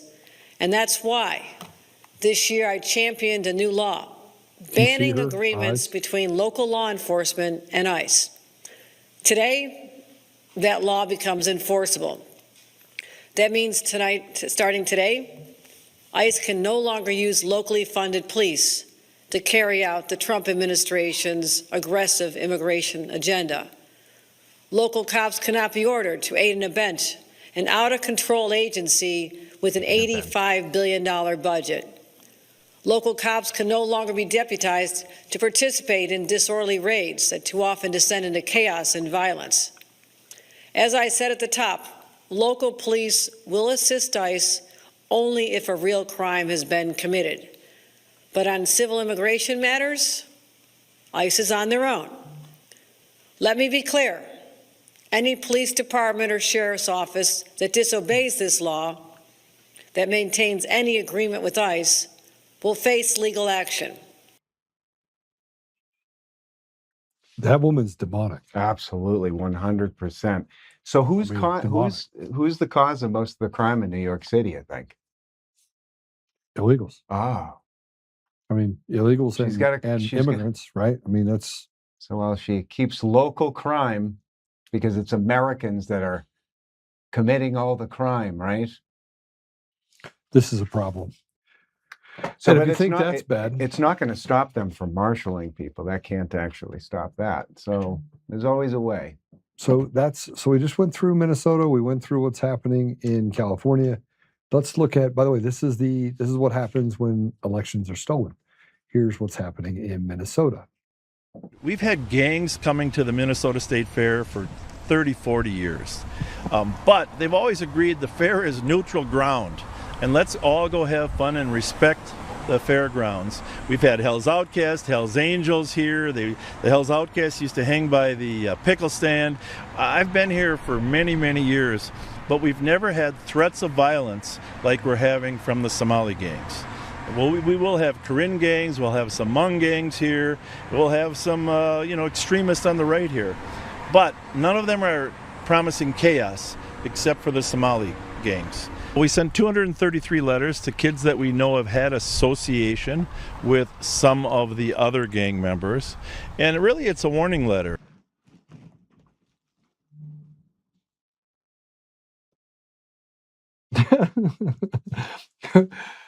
I'm going to send you a warning letter because you're a gang member with the Somalis. Don't have violence at the fair. You know. Hey, I can't, man. I can't even get mad anymore. It's absurd. Sternly written letter. And everyone wants to talk about this as this is normal. Like this is normal behavior. Why are they here, Joe? Why are they here? I don't know, because the Bok Bok bus broke down. They had to bring over the Bok Bok. No? Right. Okay. Why? So why is it a problem? Hold on, I got more for you. I have more of the absurd. I feel like Tuesday is Absurdity Tuesday. Yeah. It used to be Taco Tuesday, but when days were simpler. What if I told you that the Girl Scouts of America has a new edition? What would you say about that? I would not be. The Girl Scouts of America offers the Muslim badges to be earned by learning pillars of Islam, visiting mosques. Of course. Hold on a second. They don't have a merit badge. Actually, I need to ask Siri this. Can somebody find that out for me? Where's the badge? Does the Girl Scouts of America have a Christian merit badge? No. Next thing you know, they'll have the Satan merit badge. That'll be next. Okay. Yeah, we'll have the merit badge for Satan. There it is. Yeah, is it? You got it? Okay. So the Girl Scouts of America are now going to give Muslim badges just for learning the pillars of Islam. What are we doing here? What are we doing? Why are we doing this? Why are we abandoning America? Why are we allowing this to happen? Why are we allowing them to steal elections and lie to us? It's a slow infiltration. I mean, you've got... It's not slow, though. The shit is like turned well, now up it's on, speeding up. I mean, you got Massachusetts Senate that just put out Senate Bill 2134, promoting the civil rights and inclusion of American Muslims in the Commonwealth, which really just means in leadership positions. It's just bullshit. Just whatever. Michigan. And it gets worse, right? If you didn't think that you were a slave and you've been let by the side of the road as an American, I'm here to tell you you have. Solomon Oliver, this is a Clinton-appointed judge, has blocked an Ohio law requiring proof of citizenship for voter registration just before the midterms. So you got, I don't even know what you want to call this guy. So you have, these are activist judges. Bukele said it very clearly. If you don't get rid of activist judges, you literally have lost your country. Well, you've got communists that are ushering in Muslim leadership, not realizing that they'll be the first ones thrown off the roof. So this is where I'm going to take you, right? So now I want to show you something because I think it's important. And this is, let me see if I can send it over to you. Whoops. Let me forward this over to you. Go ahead and pull this and put that up if you can too.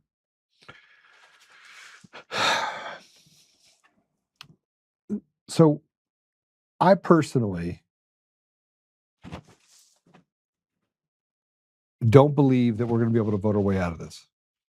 Do you?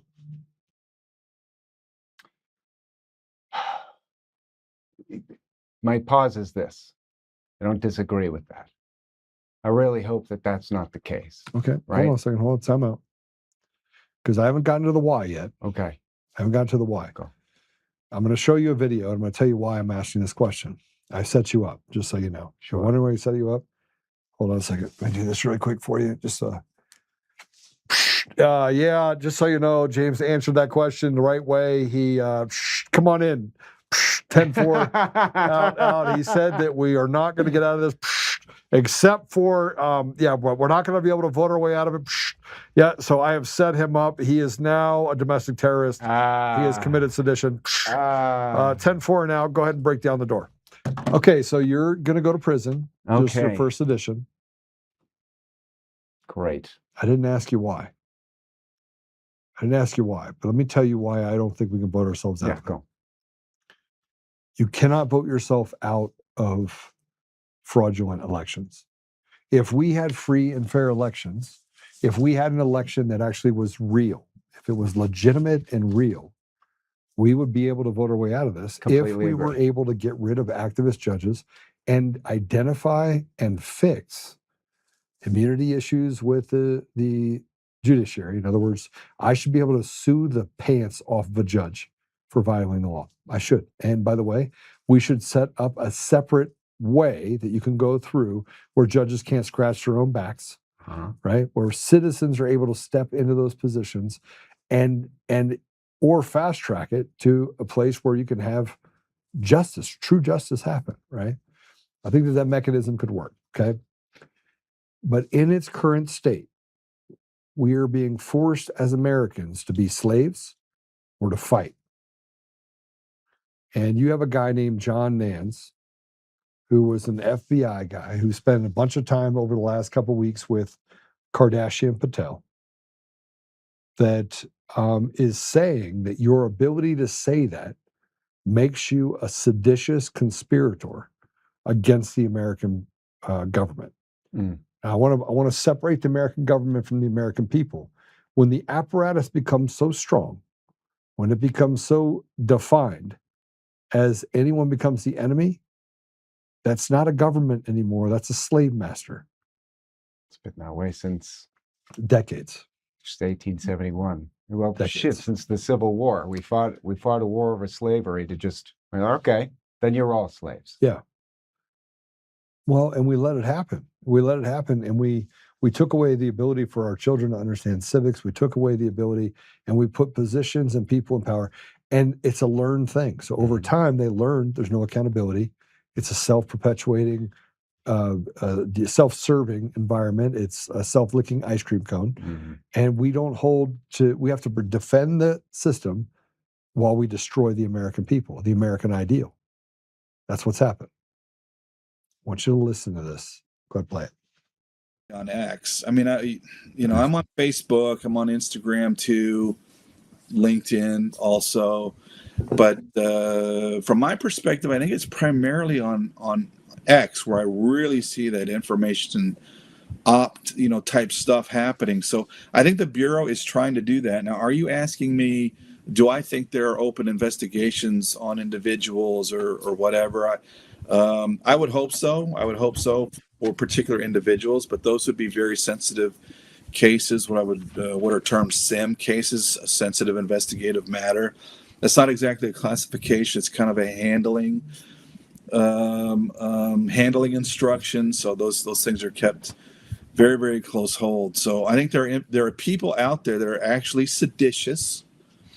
And I've used this phrase before. If you hear somebody say, we can't vote our way out of this, okay, that's a red flag. Mm-hmm. And what that is that's a technique. Demoralization. Yes, it's stochastic terrorism. It's a stochastic terrorism technique. And what it's designed to do is eliminate the logical objections to political violence, right? I mean, what's being left unsaid if you say we can't vote our way out of this? What's the alternative, right? It's political violence. Well, the individuals that are involved in that are seditious. And frankly, I mean, if I was running the Bureau's counterintelligence program, I'd be really interested in what those people were doing in their association. I'd love to see a link chart. I would too. That's one of the things that I miss about being, in the Bureau. The Bureau is really good at that stuff. And I don't want to get into too much detail, but a link chart with regard to some of these people would be fascinating to see. So I think that the Bureau in particular is trying to do some things. I can't really speak to what DHS may be doing or Secret Service or Marshal Service. They're just not in that sphere. I mean, that's typical.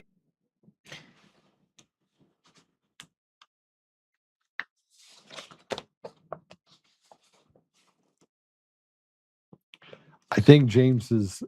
You've lost your tongue. Are you afraid that they might break down the door? Not even fucking little bit. He's a little bit. He's trying to move. He's moving towards the door. Moving towards the door. You can't win in my other bit, right?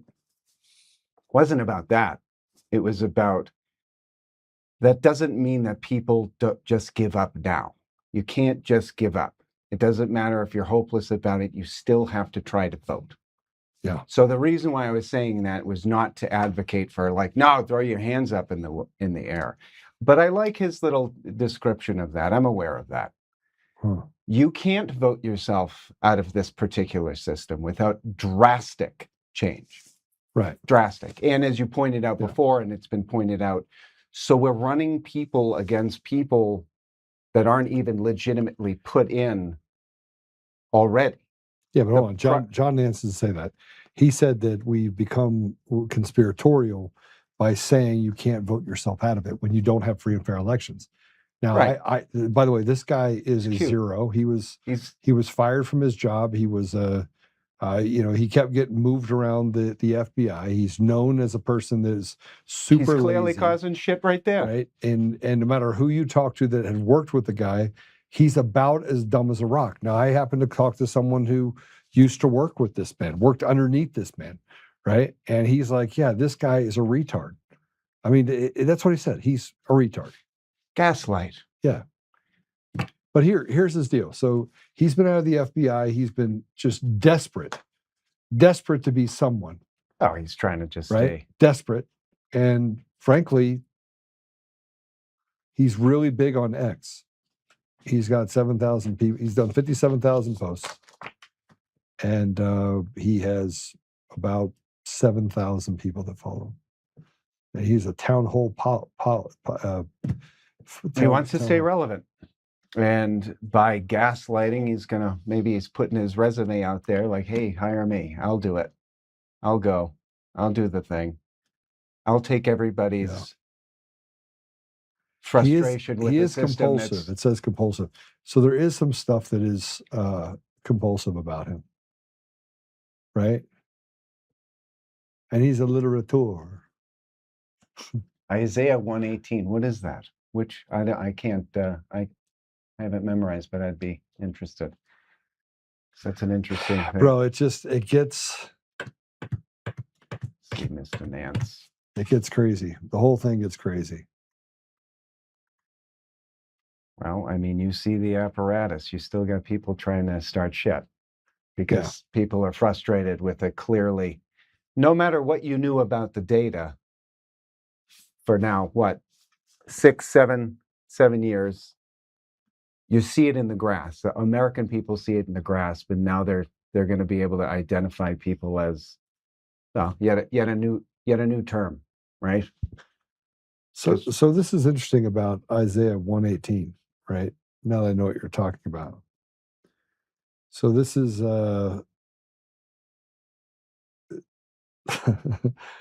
I'm just going to call it from the Old Testament. That's all I'm going to say. And it says where he talks about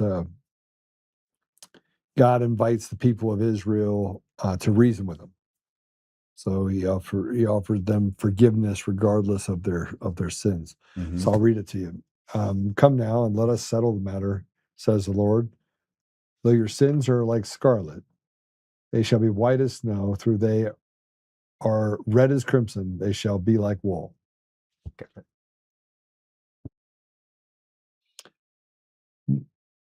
I don't know. I don't know if you get as much out of this as I do talking about this. This is like therapy for me. What? And The for Bible? people, no, just talking about the fact that there are lots of people out there that believe that there's a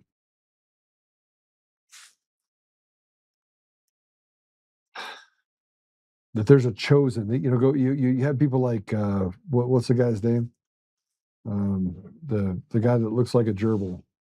He's a Republican senator from Texas. Looks like a gerbil. I'm picturing him. Looks like a gerbil. Huh? No. Looks like a gerbil. He looks like a rat. Ha! There you go. Oh. He's super smart, Cruz.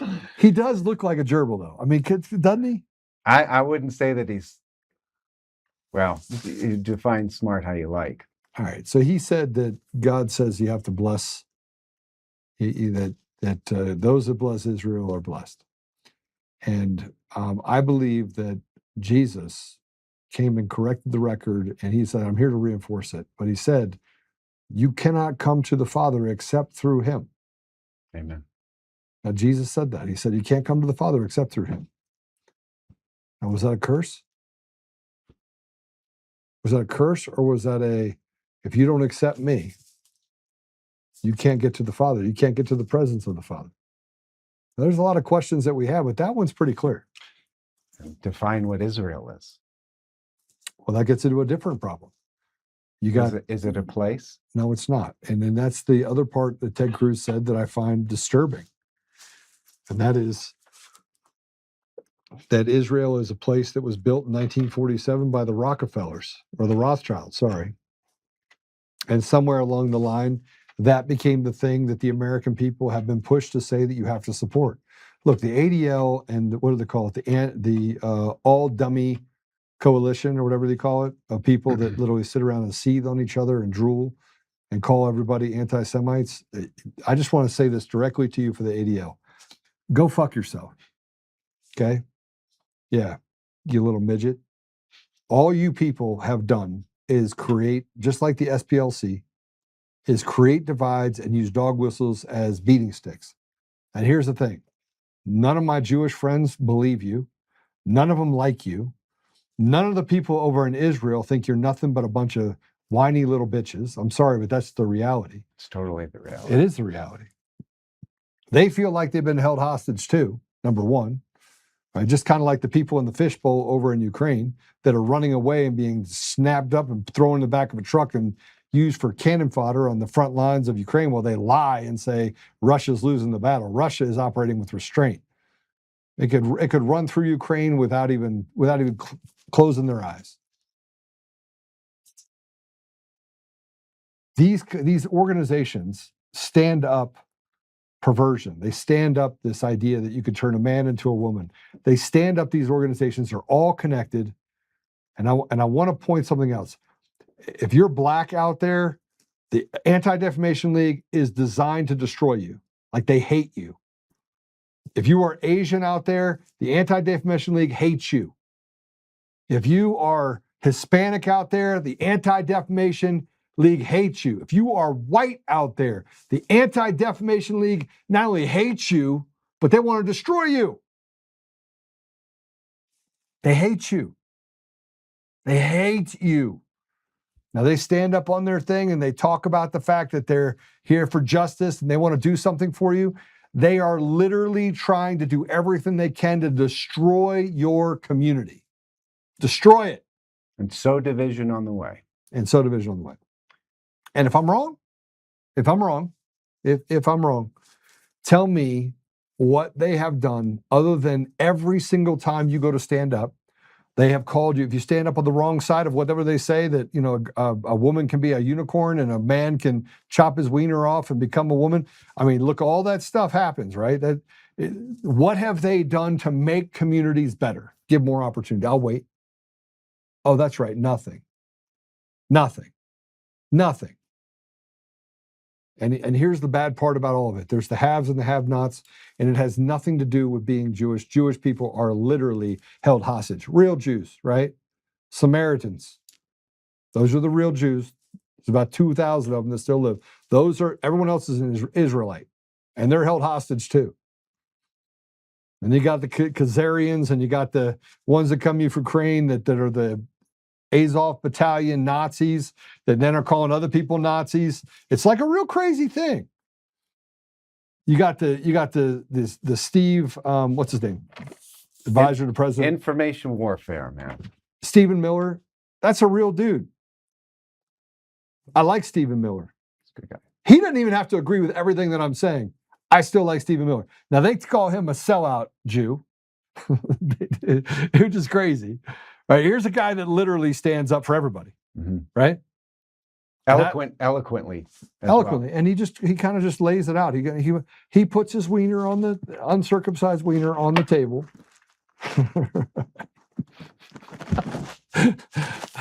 I'd be a little funny. Gratuitous. Yeah. I mean, look, he comes out and he's like, look, this is how it is. As a matter of fact. But then they don't like him either. And then you have these little groups, and it's all information warfare. It's all it is. Just to sow confusion and division. Yeah. It's a big apparatus. Oh, I got to read some of these comments. I mean, there's let me go to Pill too. I want to go to pill.net. Boop.net. Let's see what they got to say over there. You tell me what you see. We got Gammy Sparkles. You got Gammy talking? Gammy's talking. Okay. Let's see here. Talking about the parents of the cookie stands now. Okay, absolutely talking to the parents at the cookie stand now. Yes, you better. That's a brilliant idea. I will never buy another Girl Scout cookie. Never. You'll never see me buy another Girl Scout cookie. Should have stopped a couple decades ago. Yeah. That's not very nice. How about it? At least a decade ago. Yeah. You did? Quite questionable ingredients, to say the very least. Are they really? Oh, yeah. Oh, I didn't know that. I kind of like them. I can eat a I'm whole not saying thing. they're not good. Yeah. Just saying some questionable ingredients in there. It's speculation. That could be conspiratorial. Excuse me. So, Jeff says that come now and let us reason together. Yeah, he put Isaiah 1:18 up. Thank you, Jeff. Mod Trent says, hey, same thing with the Talmud and the Jesuit oath. I agree with that. As Christians, we need to shake the dust from our feet. I agree. There are 8 definitions of Israel. Give them to me. What are they, Jeff? You can't say that and not give them to me. Come on. Gammy thinks that I'm right. You know what JIRA means, right? J-I-R-A. Hmm. You know what J-I-R-A means? No, I can't see it either. And So Gammy Sparkle says, JIRA, JIRA, JIRA. It's not laughing. Like, JIRA, JIRA, JIRA. It's at the bottom. It's at the bottom. See it? It means Joe is right again. oh, Joe, I just want everybody to know that you got your own acronym. I got my. They made it up for me. They made it up for me. And then Mark 6:11, and if any place will not welcome you or listen to you, leave your place and shake off their feet as a testimony against them. Yeah. So look, I know that I said a few choice words, and I don't regret it. I just want you to know I don't regret it. And Girl Scouts only make 5% of the sale in cookies, pretty sure. Yeah, but now they got to get a Muslim merit badge. Well, and then crazy. It'll be halal brand Girl Scout cookies. Yeah. So you basically, in order to actually take over society, you have to demoralize them, and then you have to overrun them with nonsense. And then you have to pick which nonsense you're going to fight. What's that? Take over the food. Yeah, which is what they're doing right now, which is pretty harsh. That's actually probably one of the more scary things. If anybody wants to do a little digging, look into halal food. Jolt, your gut will not take the crap into cookies. Yes, it will, because I'll eat an entire thing. What are they called? Thin mints? The Samoas or the thin mints? I'll eat them all. No. The Samoas, but they had to change the name because that was appropriation. And they had to call them something else, and now they can call them Samoas again. All right. So I want to put this, I got to do this. Who did this? Oh, the lady with the Nazi boyfriend that she was funneling money to all the. Who's calling him an op? Wait, hold on a second. Time out. I don't know. He's calling, Kyle. So John Nance is calling Kyle an op. Yeah. Which is not true. Look, Kyle is who Kyle is. Here we go, John Nance. Here's the op. Accelerationist post from Kyle Seraphin utilizing a stochastic terrorism technique. We aren't going to vote our way out of this. Designed to radicalize and incite unstable actors to commit political violence. You know what this means? This means, by the way, this means that you can't think for yourself because you're not allowed to think for yourself. You're not allowed to have your own opinion. This piece of shit thinks that somewhere along the line he's the arbiter of reality. Never accomplished anything in his life. Support and DMs from fired FBI applicant coordinator Steve Friend. Fired for making threats of violence against FBI Director Patel. Never happened. Ancillary support and DMs from neo-Nazi and close associate of Seraphin, Ryan Matta. The MSS, MOS, and SVR couldn't be more proud. Okay, so just so you know, John Nance, you're a piece of shit. You need to go work for the ADL, right? Go work for them. Go work for the SPLC. And more importantly, more importantly, you're sitting here calling the guy that sacrificed. His wife was 8 months pregnant when he had to sell his house and move because he stood up for the American people. And you're saying, what have you ever stood up for? John Nance, what have you ever stood up for? Give me one thing that you stood up for. One thing. Can you give me one? Oh, that's right. You didn't stand up for anything. You threw your dog whistles, and not many people were watching it anyway. 3,000 people viewed it, probably because Kash Patel shared it. Or maybe his girlfriend, the country singing super sensation. Maybe she shared it for you. This is what happens when you have crappy people like this that want to attack and indict the character of Steve. Let me tell you this, Steve Friend has more integrity in his little pinky than you have and your entire family going back generations. And then they say something about the fact that he has it in the DMs. I have it in the DMs. This is a zero, man. This is zero. This is the problem. And that's terrorism. Say you can't vote your way out of it. You can't vote your way. Here, let me say it for the guys in the back of the room and for the retard John Nance. Ready? You can't vote yourself out of this because the elections are not legitimate. You stupid, stupid man. Okay, I said it. There you go. Done. Good. Let out the steam. I'll let it out. And then if you just want to know how bad the Anti-Defamation League is and the SPLC and the ADL should be charged next. If you want to know how bad they are, look no further than one of the people that used to work for the ADL. She was the mysterious ringleader. She no-showed a court hearing on charges of funneling $1.2 million to white supremacist groups. This is a ringleader in the Southern Poverty Law Center. This is the ADL's sister company. They're together. If you go to the SPLC right now, you will see that Joe Oltmann is on the SPLC as a right-wing extremist. I just want you to know something. I'm honored to be on your site, but you guys are liars. I'm not even right-wing. Matter of fact, I'm slap dab in the middle. I want to do what's right by the American people, and I really don't care about anything other than restoring something to the people. See, unlike you retards at the ADL and others, the people have to decide which direction we go.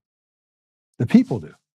It shouldn't be some guy in a room that goes out and buys ads and buys machines and to flip votes. That shouldn't be the one that does it. It should be the people. Nor should there be parties. I mean, all the way to John Adams wanted nothing to do with that right out of the gate. Yeah. She was really skinny too. Did you see that? Put that picture back up again. She's super skinny. You know what that might be a product of? She looks like she's only about 10 pounds higher than Ebony. Girl Scout cookies. They're dangerous. She ate these Girl Scout cookies. Teresa said she doesn't eat cookies of any kind. All right, that's probably a good thing. All right, I'll give you the final word. I've done enough. I've done enough damage. Prayer always comes eventually. Action has to come with prayer. Just don't be a retard and get set up by the Fed boys. The answer, Clatter, that is a pretty good point. I'll take that. Yeah.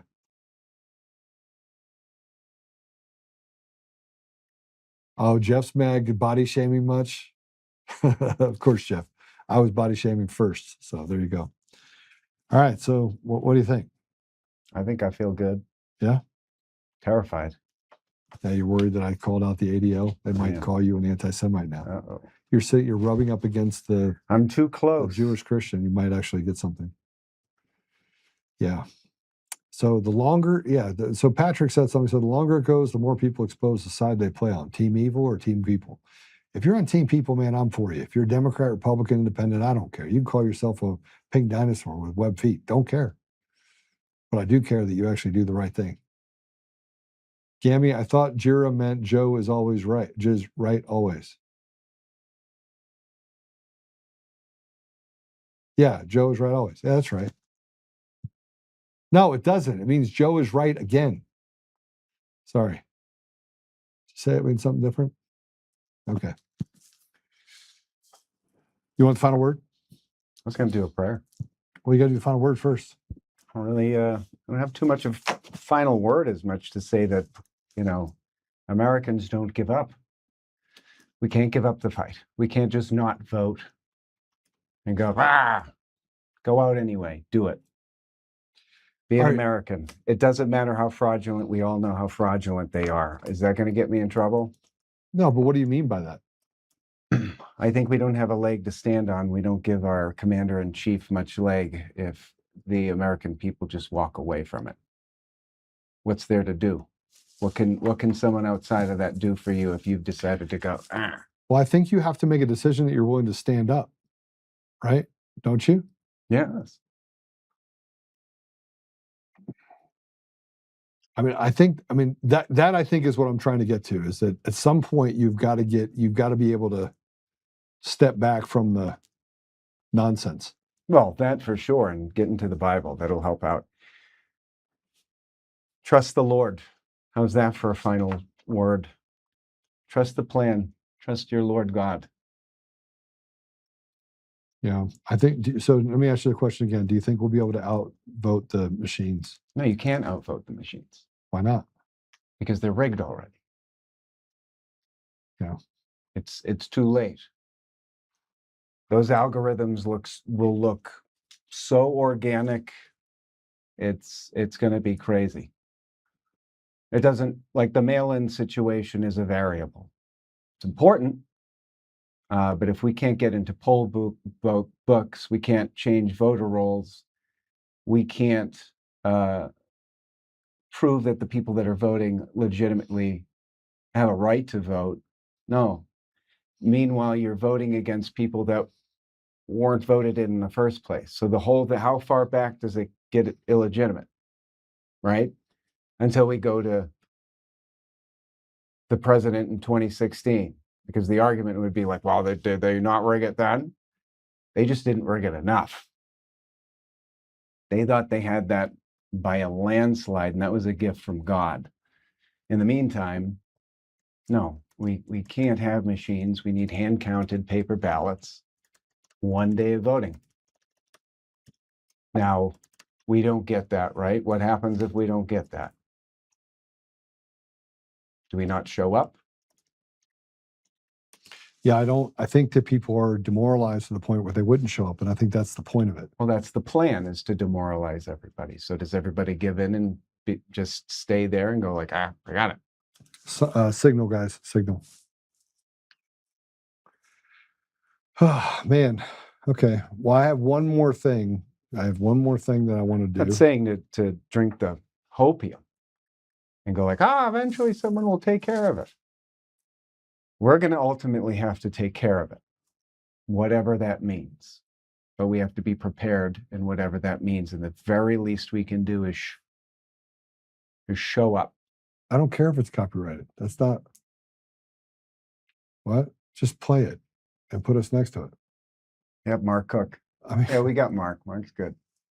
Mark, Ed, and then there's Dr. Andrew. Mark Cook's there? Where's he at? No, Gammy had brought up Mark. Oh. So yeah, we've got a lot of guys meeting a lot of guys trying to get something done. I just think that there's a pickle at the end of the day. You have two kind of conversations like, well, he's going to have to do an emergency declaration. Blah, blah, blah, blah. I was one also saying that. I would love that, right? But the optics, I don't think that that's really an option. That's just an opinion. I don't think that's an option. I think all he can do is lend a hand and say, look, I've given you every out in order to establish a legal way out, an actual law of the land legal way out. So, the reason why I say that, there's a lot of people going like, well, let's not support our candidates necessarily. Let's not go too hard. I don't really think that there's going to be a midterm. Well, I think those people are infiltrating just the same, or terribly misinformed, because he's not going to move. I'd be willing to take a bet he's not going to move the midterms off. That's not to say I wouldn't love it if he did, to actually establish clean voter rolls. And as a matter of fact, that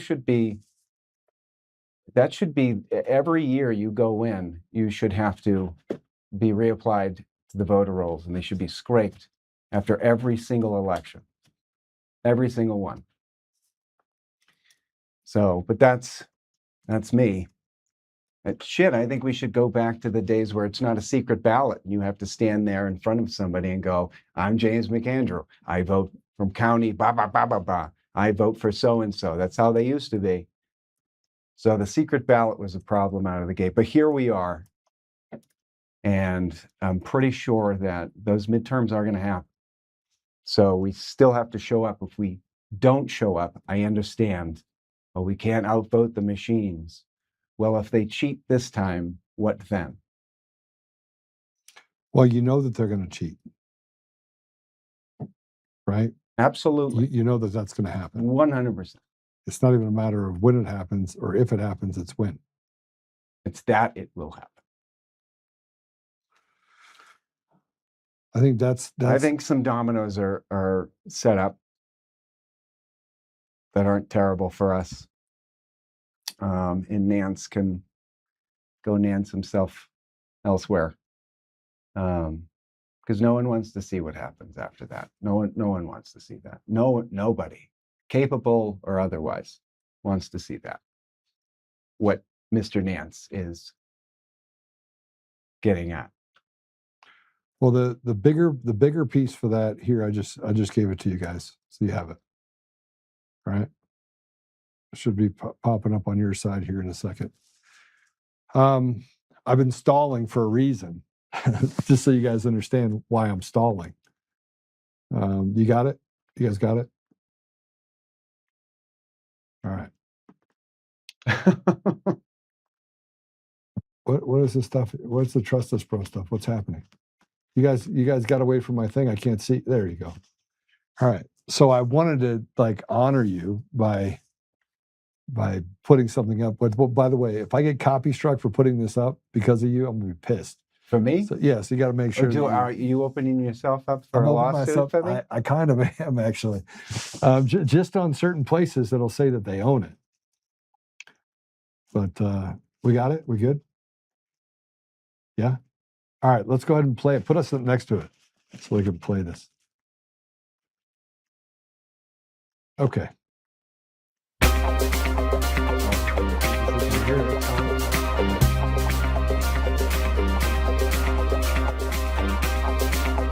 Hey, you're done.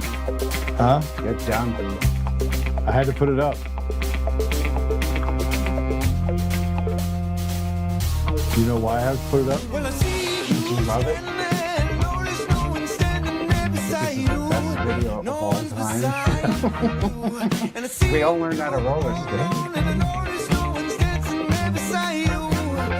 And then these were the only professional roller skaters we could find. They were all... Hold on, it's coming. It's coming. Oh, that's my man. He was dying to be in the video. I loved it. Remember when I wanted to have him for full arms? Yeah. He's a sweetie. This should have been, by the way, a hit.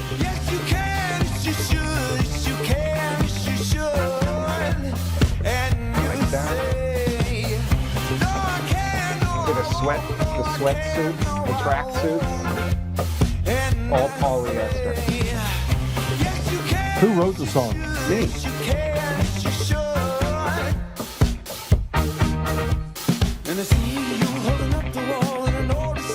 It's very difficult to roller skate. It's a good song, bro. You know why they wouldn't? Why? They knew I was on the wrong side. In the dark.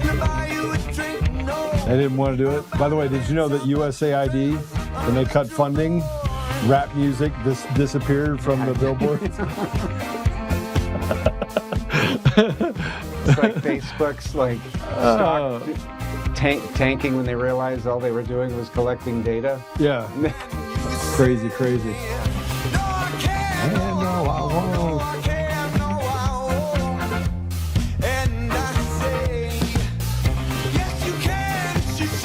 That's a professional roller skating group. That was? Yeah. They were teaching us how to... I mean, I don't think you actually have the moves. Do you have the moves? No, I couldn't. I was going to fall. I see you kind of doing this a little bit. There's a lot of... And they were like awesome. They were fantastic. And we had to switch this because she was supposed to be looking up, right, as though she had tears. Yeah. And we had to cut that because that's not what it looked like. Oh really? No. What did it look like? Oh. My wife's like, that's not translating at all. Like, no. It's gonna do one more time. Boom. I'm gonna do this for you guys because somebody just asked me, where can I get that song? It's on Spotify. So all this music was supposed to be the antithesis of this band.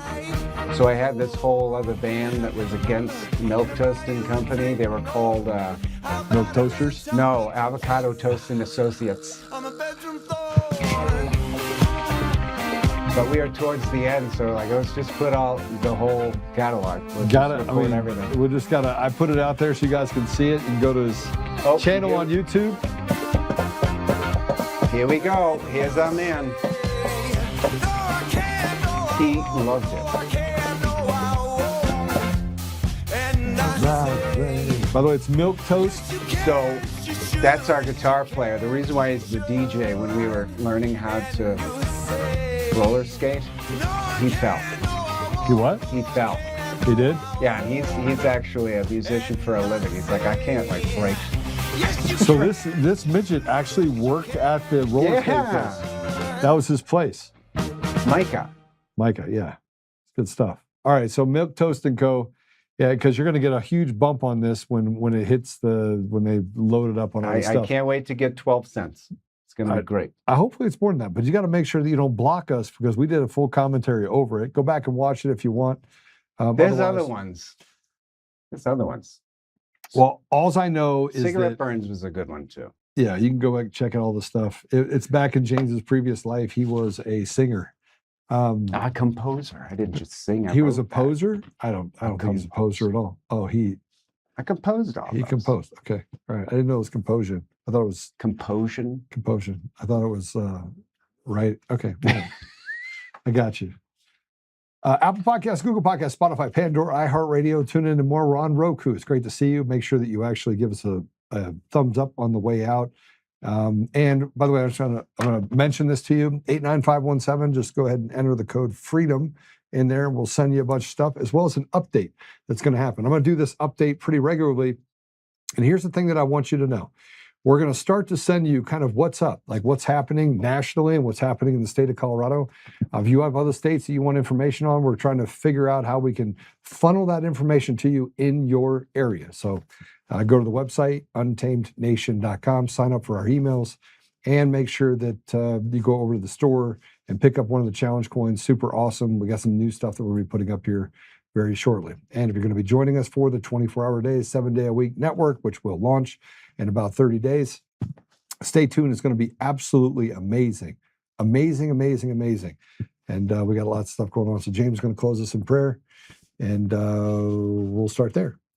And I'm a poet, and I know it. And I'm not a composer or a poser or a singer. I'll just make this, I'll make this easy. In the name of the Father, and of the Son, and the Holy Spirit, Lord, thank you for this time together. Go with us as we lead and guide us in our ways. Thank you. Amen. Amen. All right. Hey, have a great day. And remember, posers will be posers and composers will do music and play really good stuff like Milk Toast. And then the avocado toast people tried to attack him, which made him do the Milk Toast thing. All right. Hey, God bless you guys. We'll see you soon.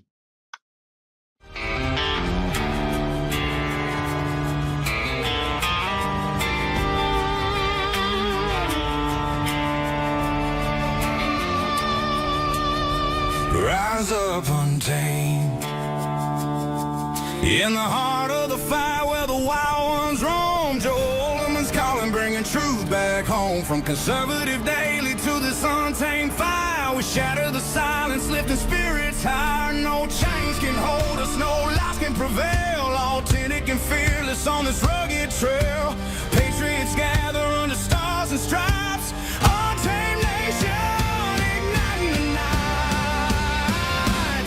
Untamed nation, let the truth roll out in this land of the free. Standing proud from sea to shining sea, we won't back down. Catch the fire, wear the crown. Untamed nation, it's our battle song, motivating hearts where the brave belong. Yeah, untamed and wild, forever strong. Play it again all night long.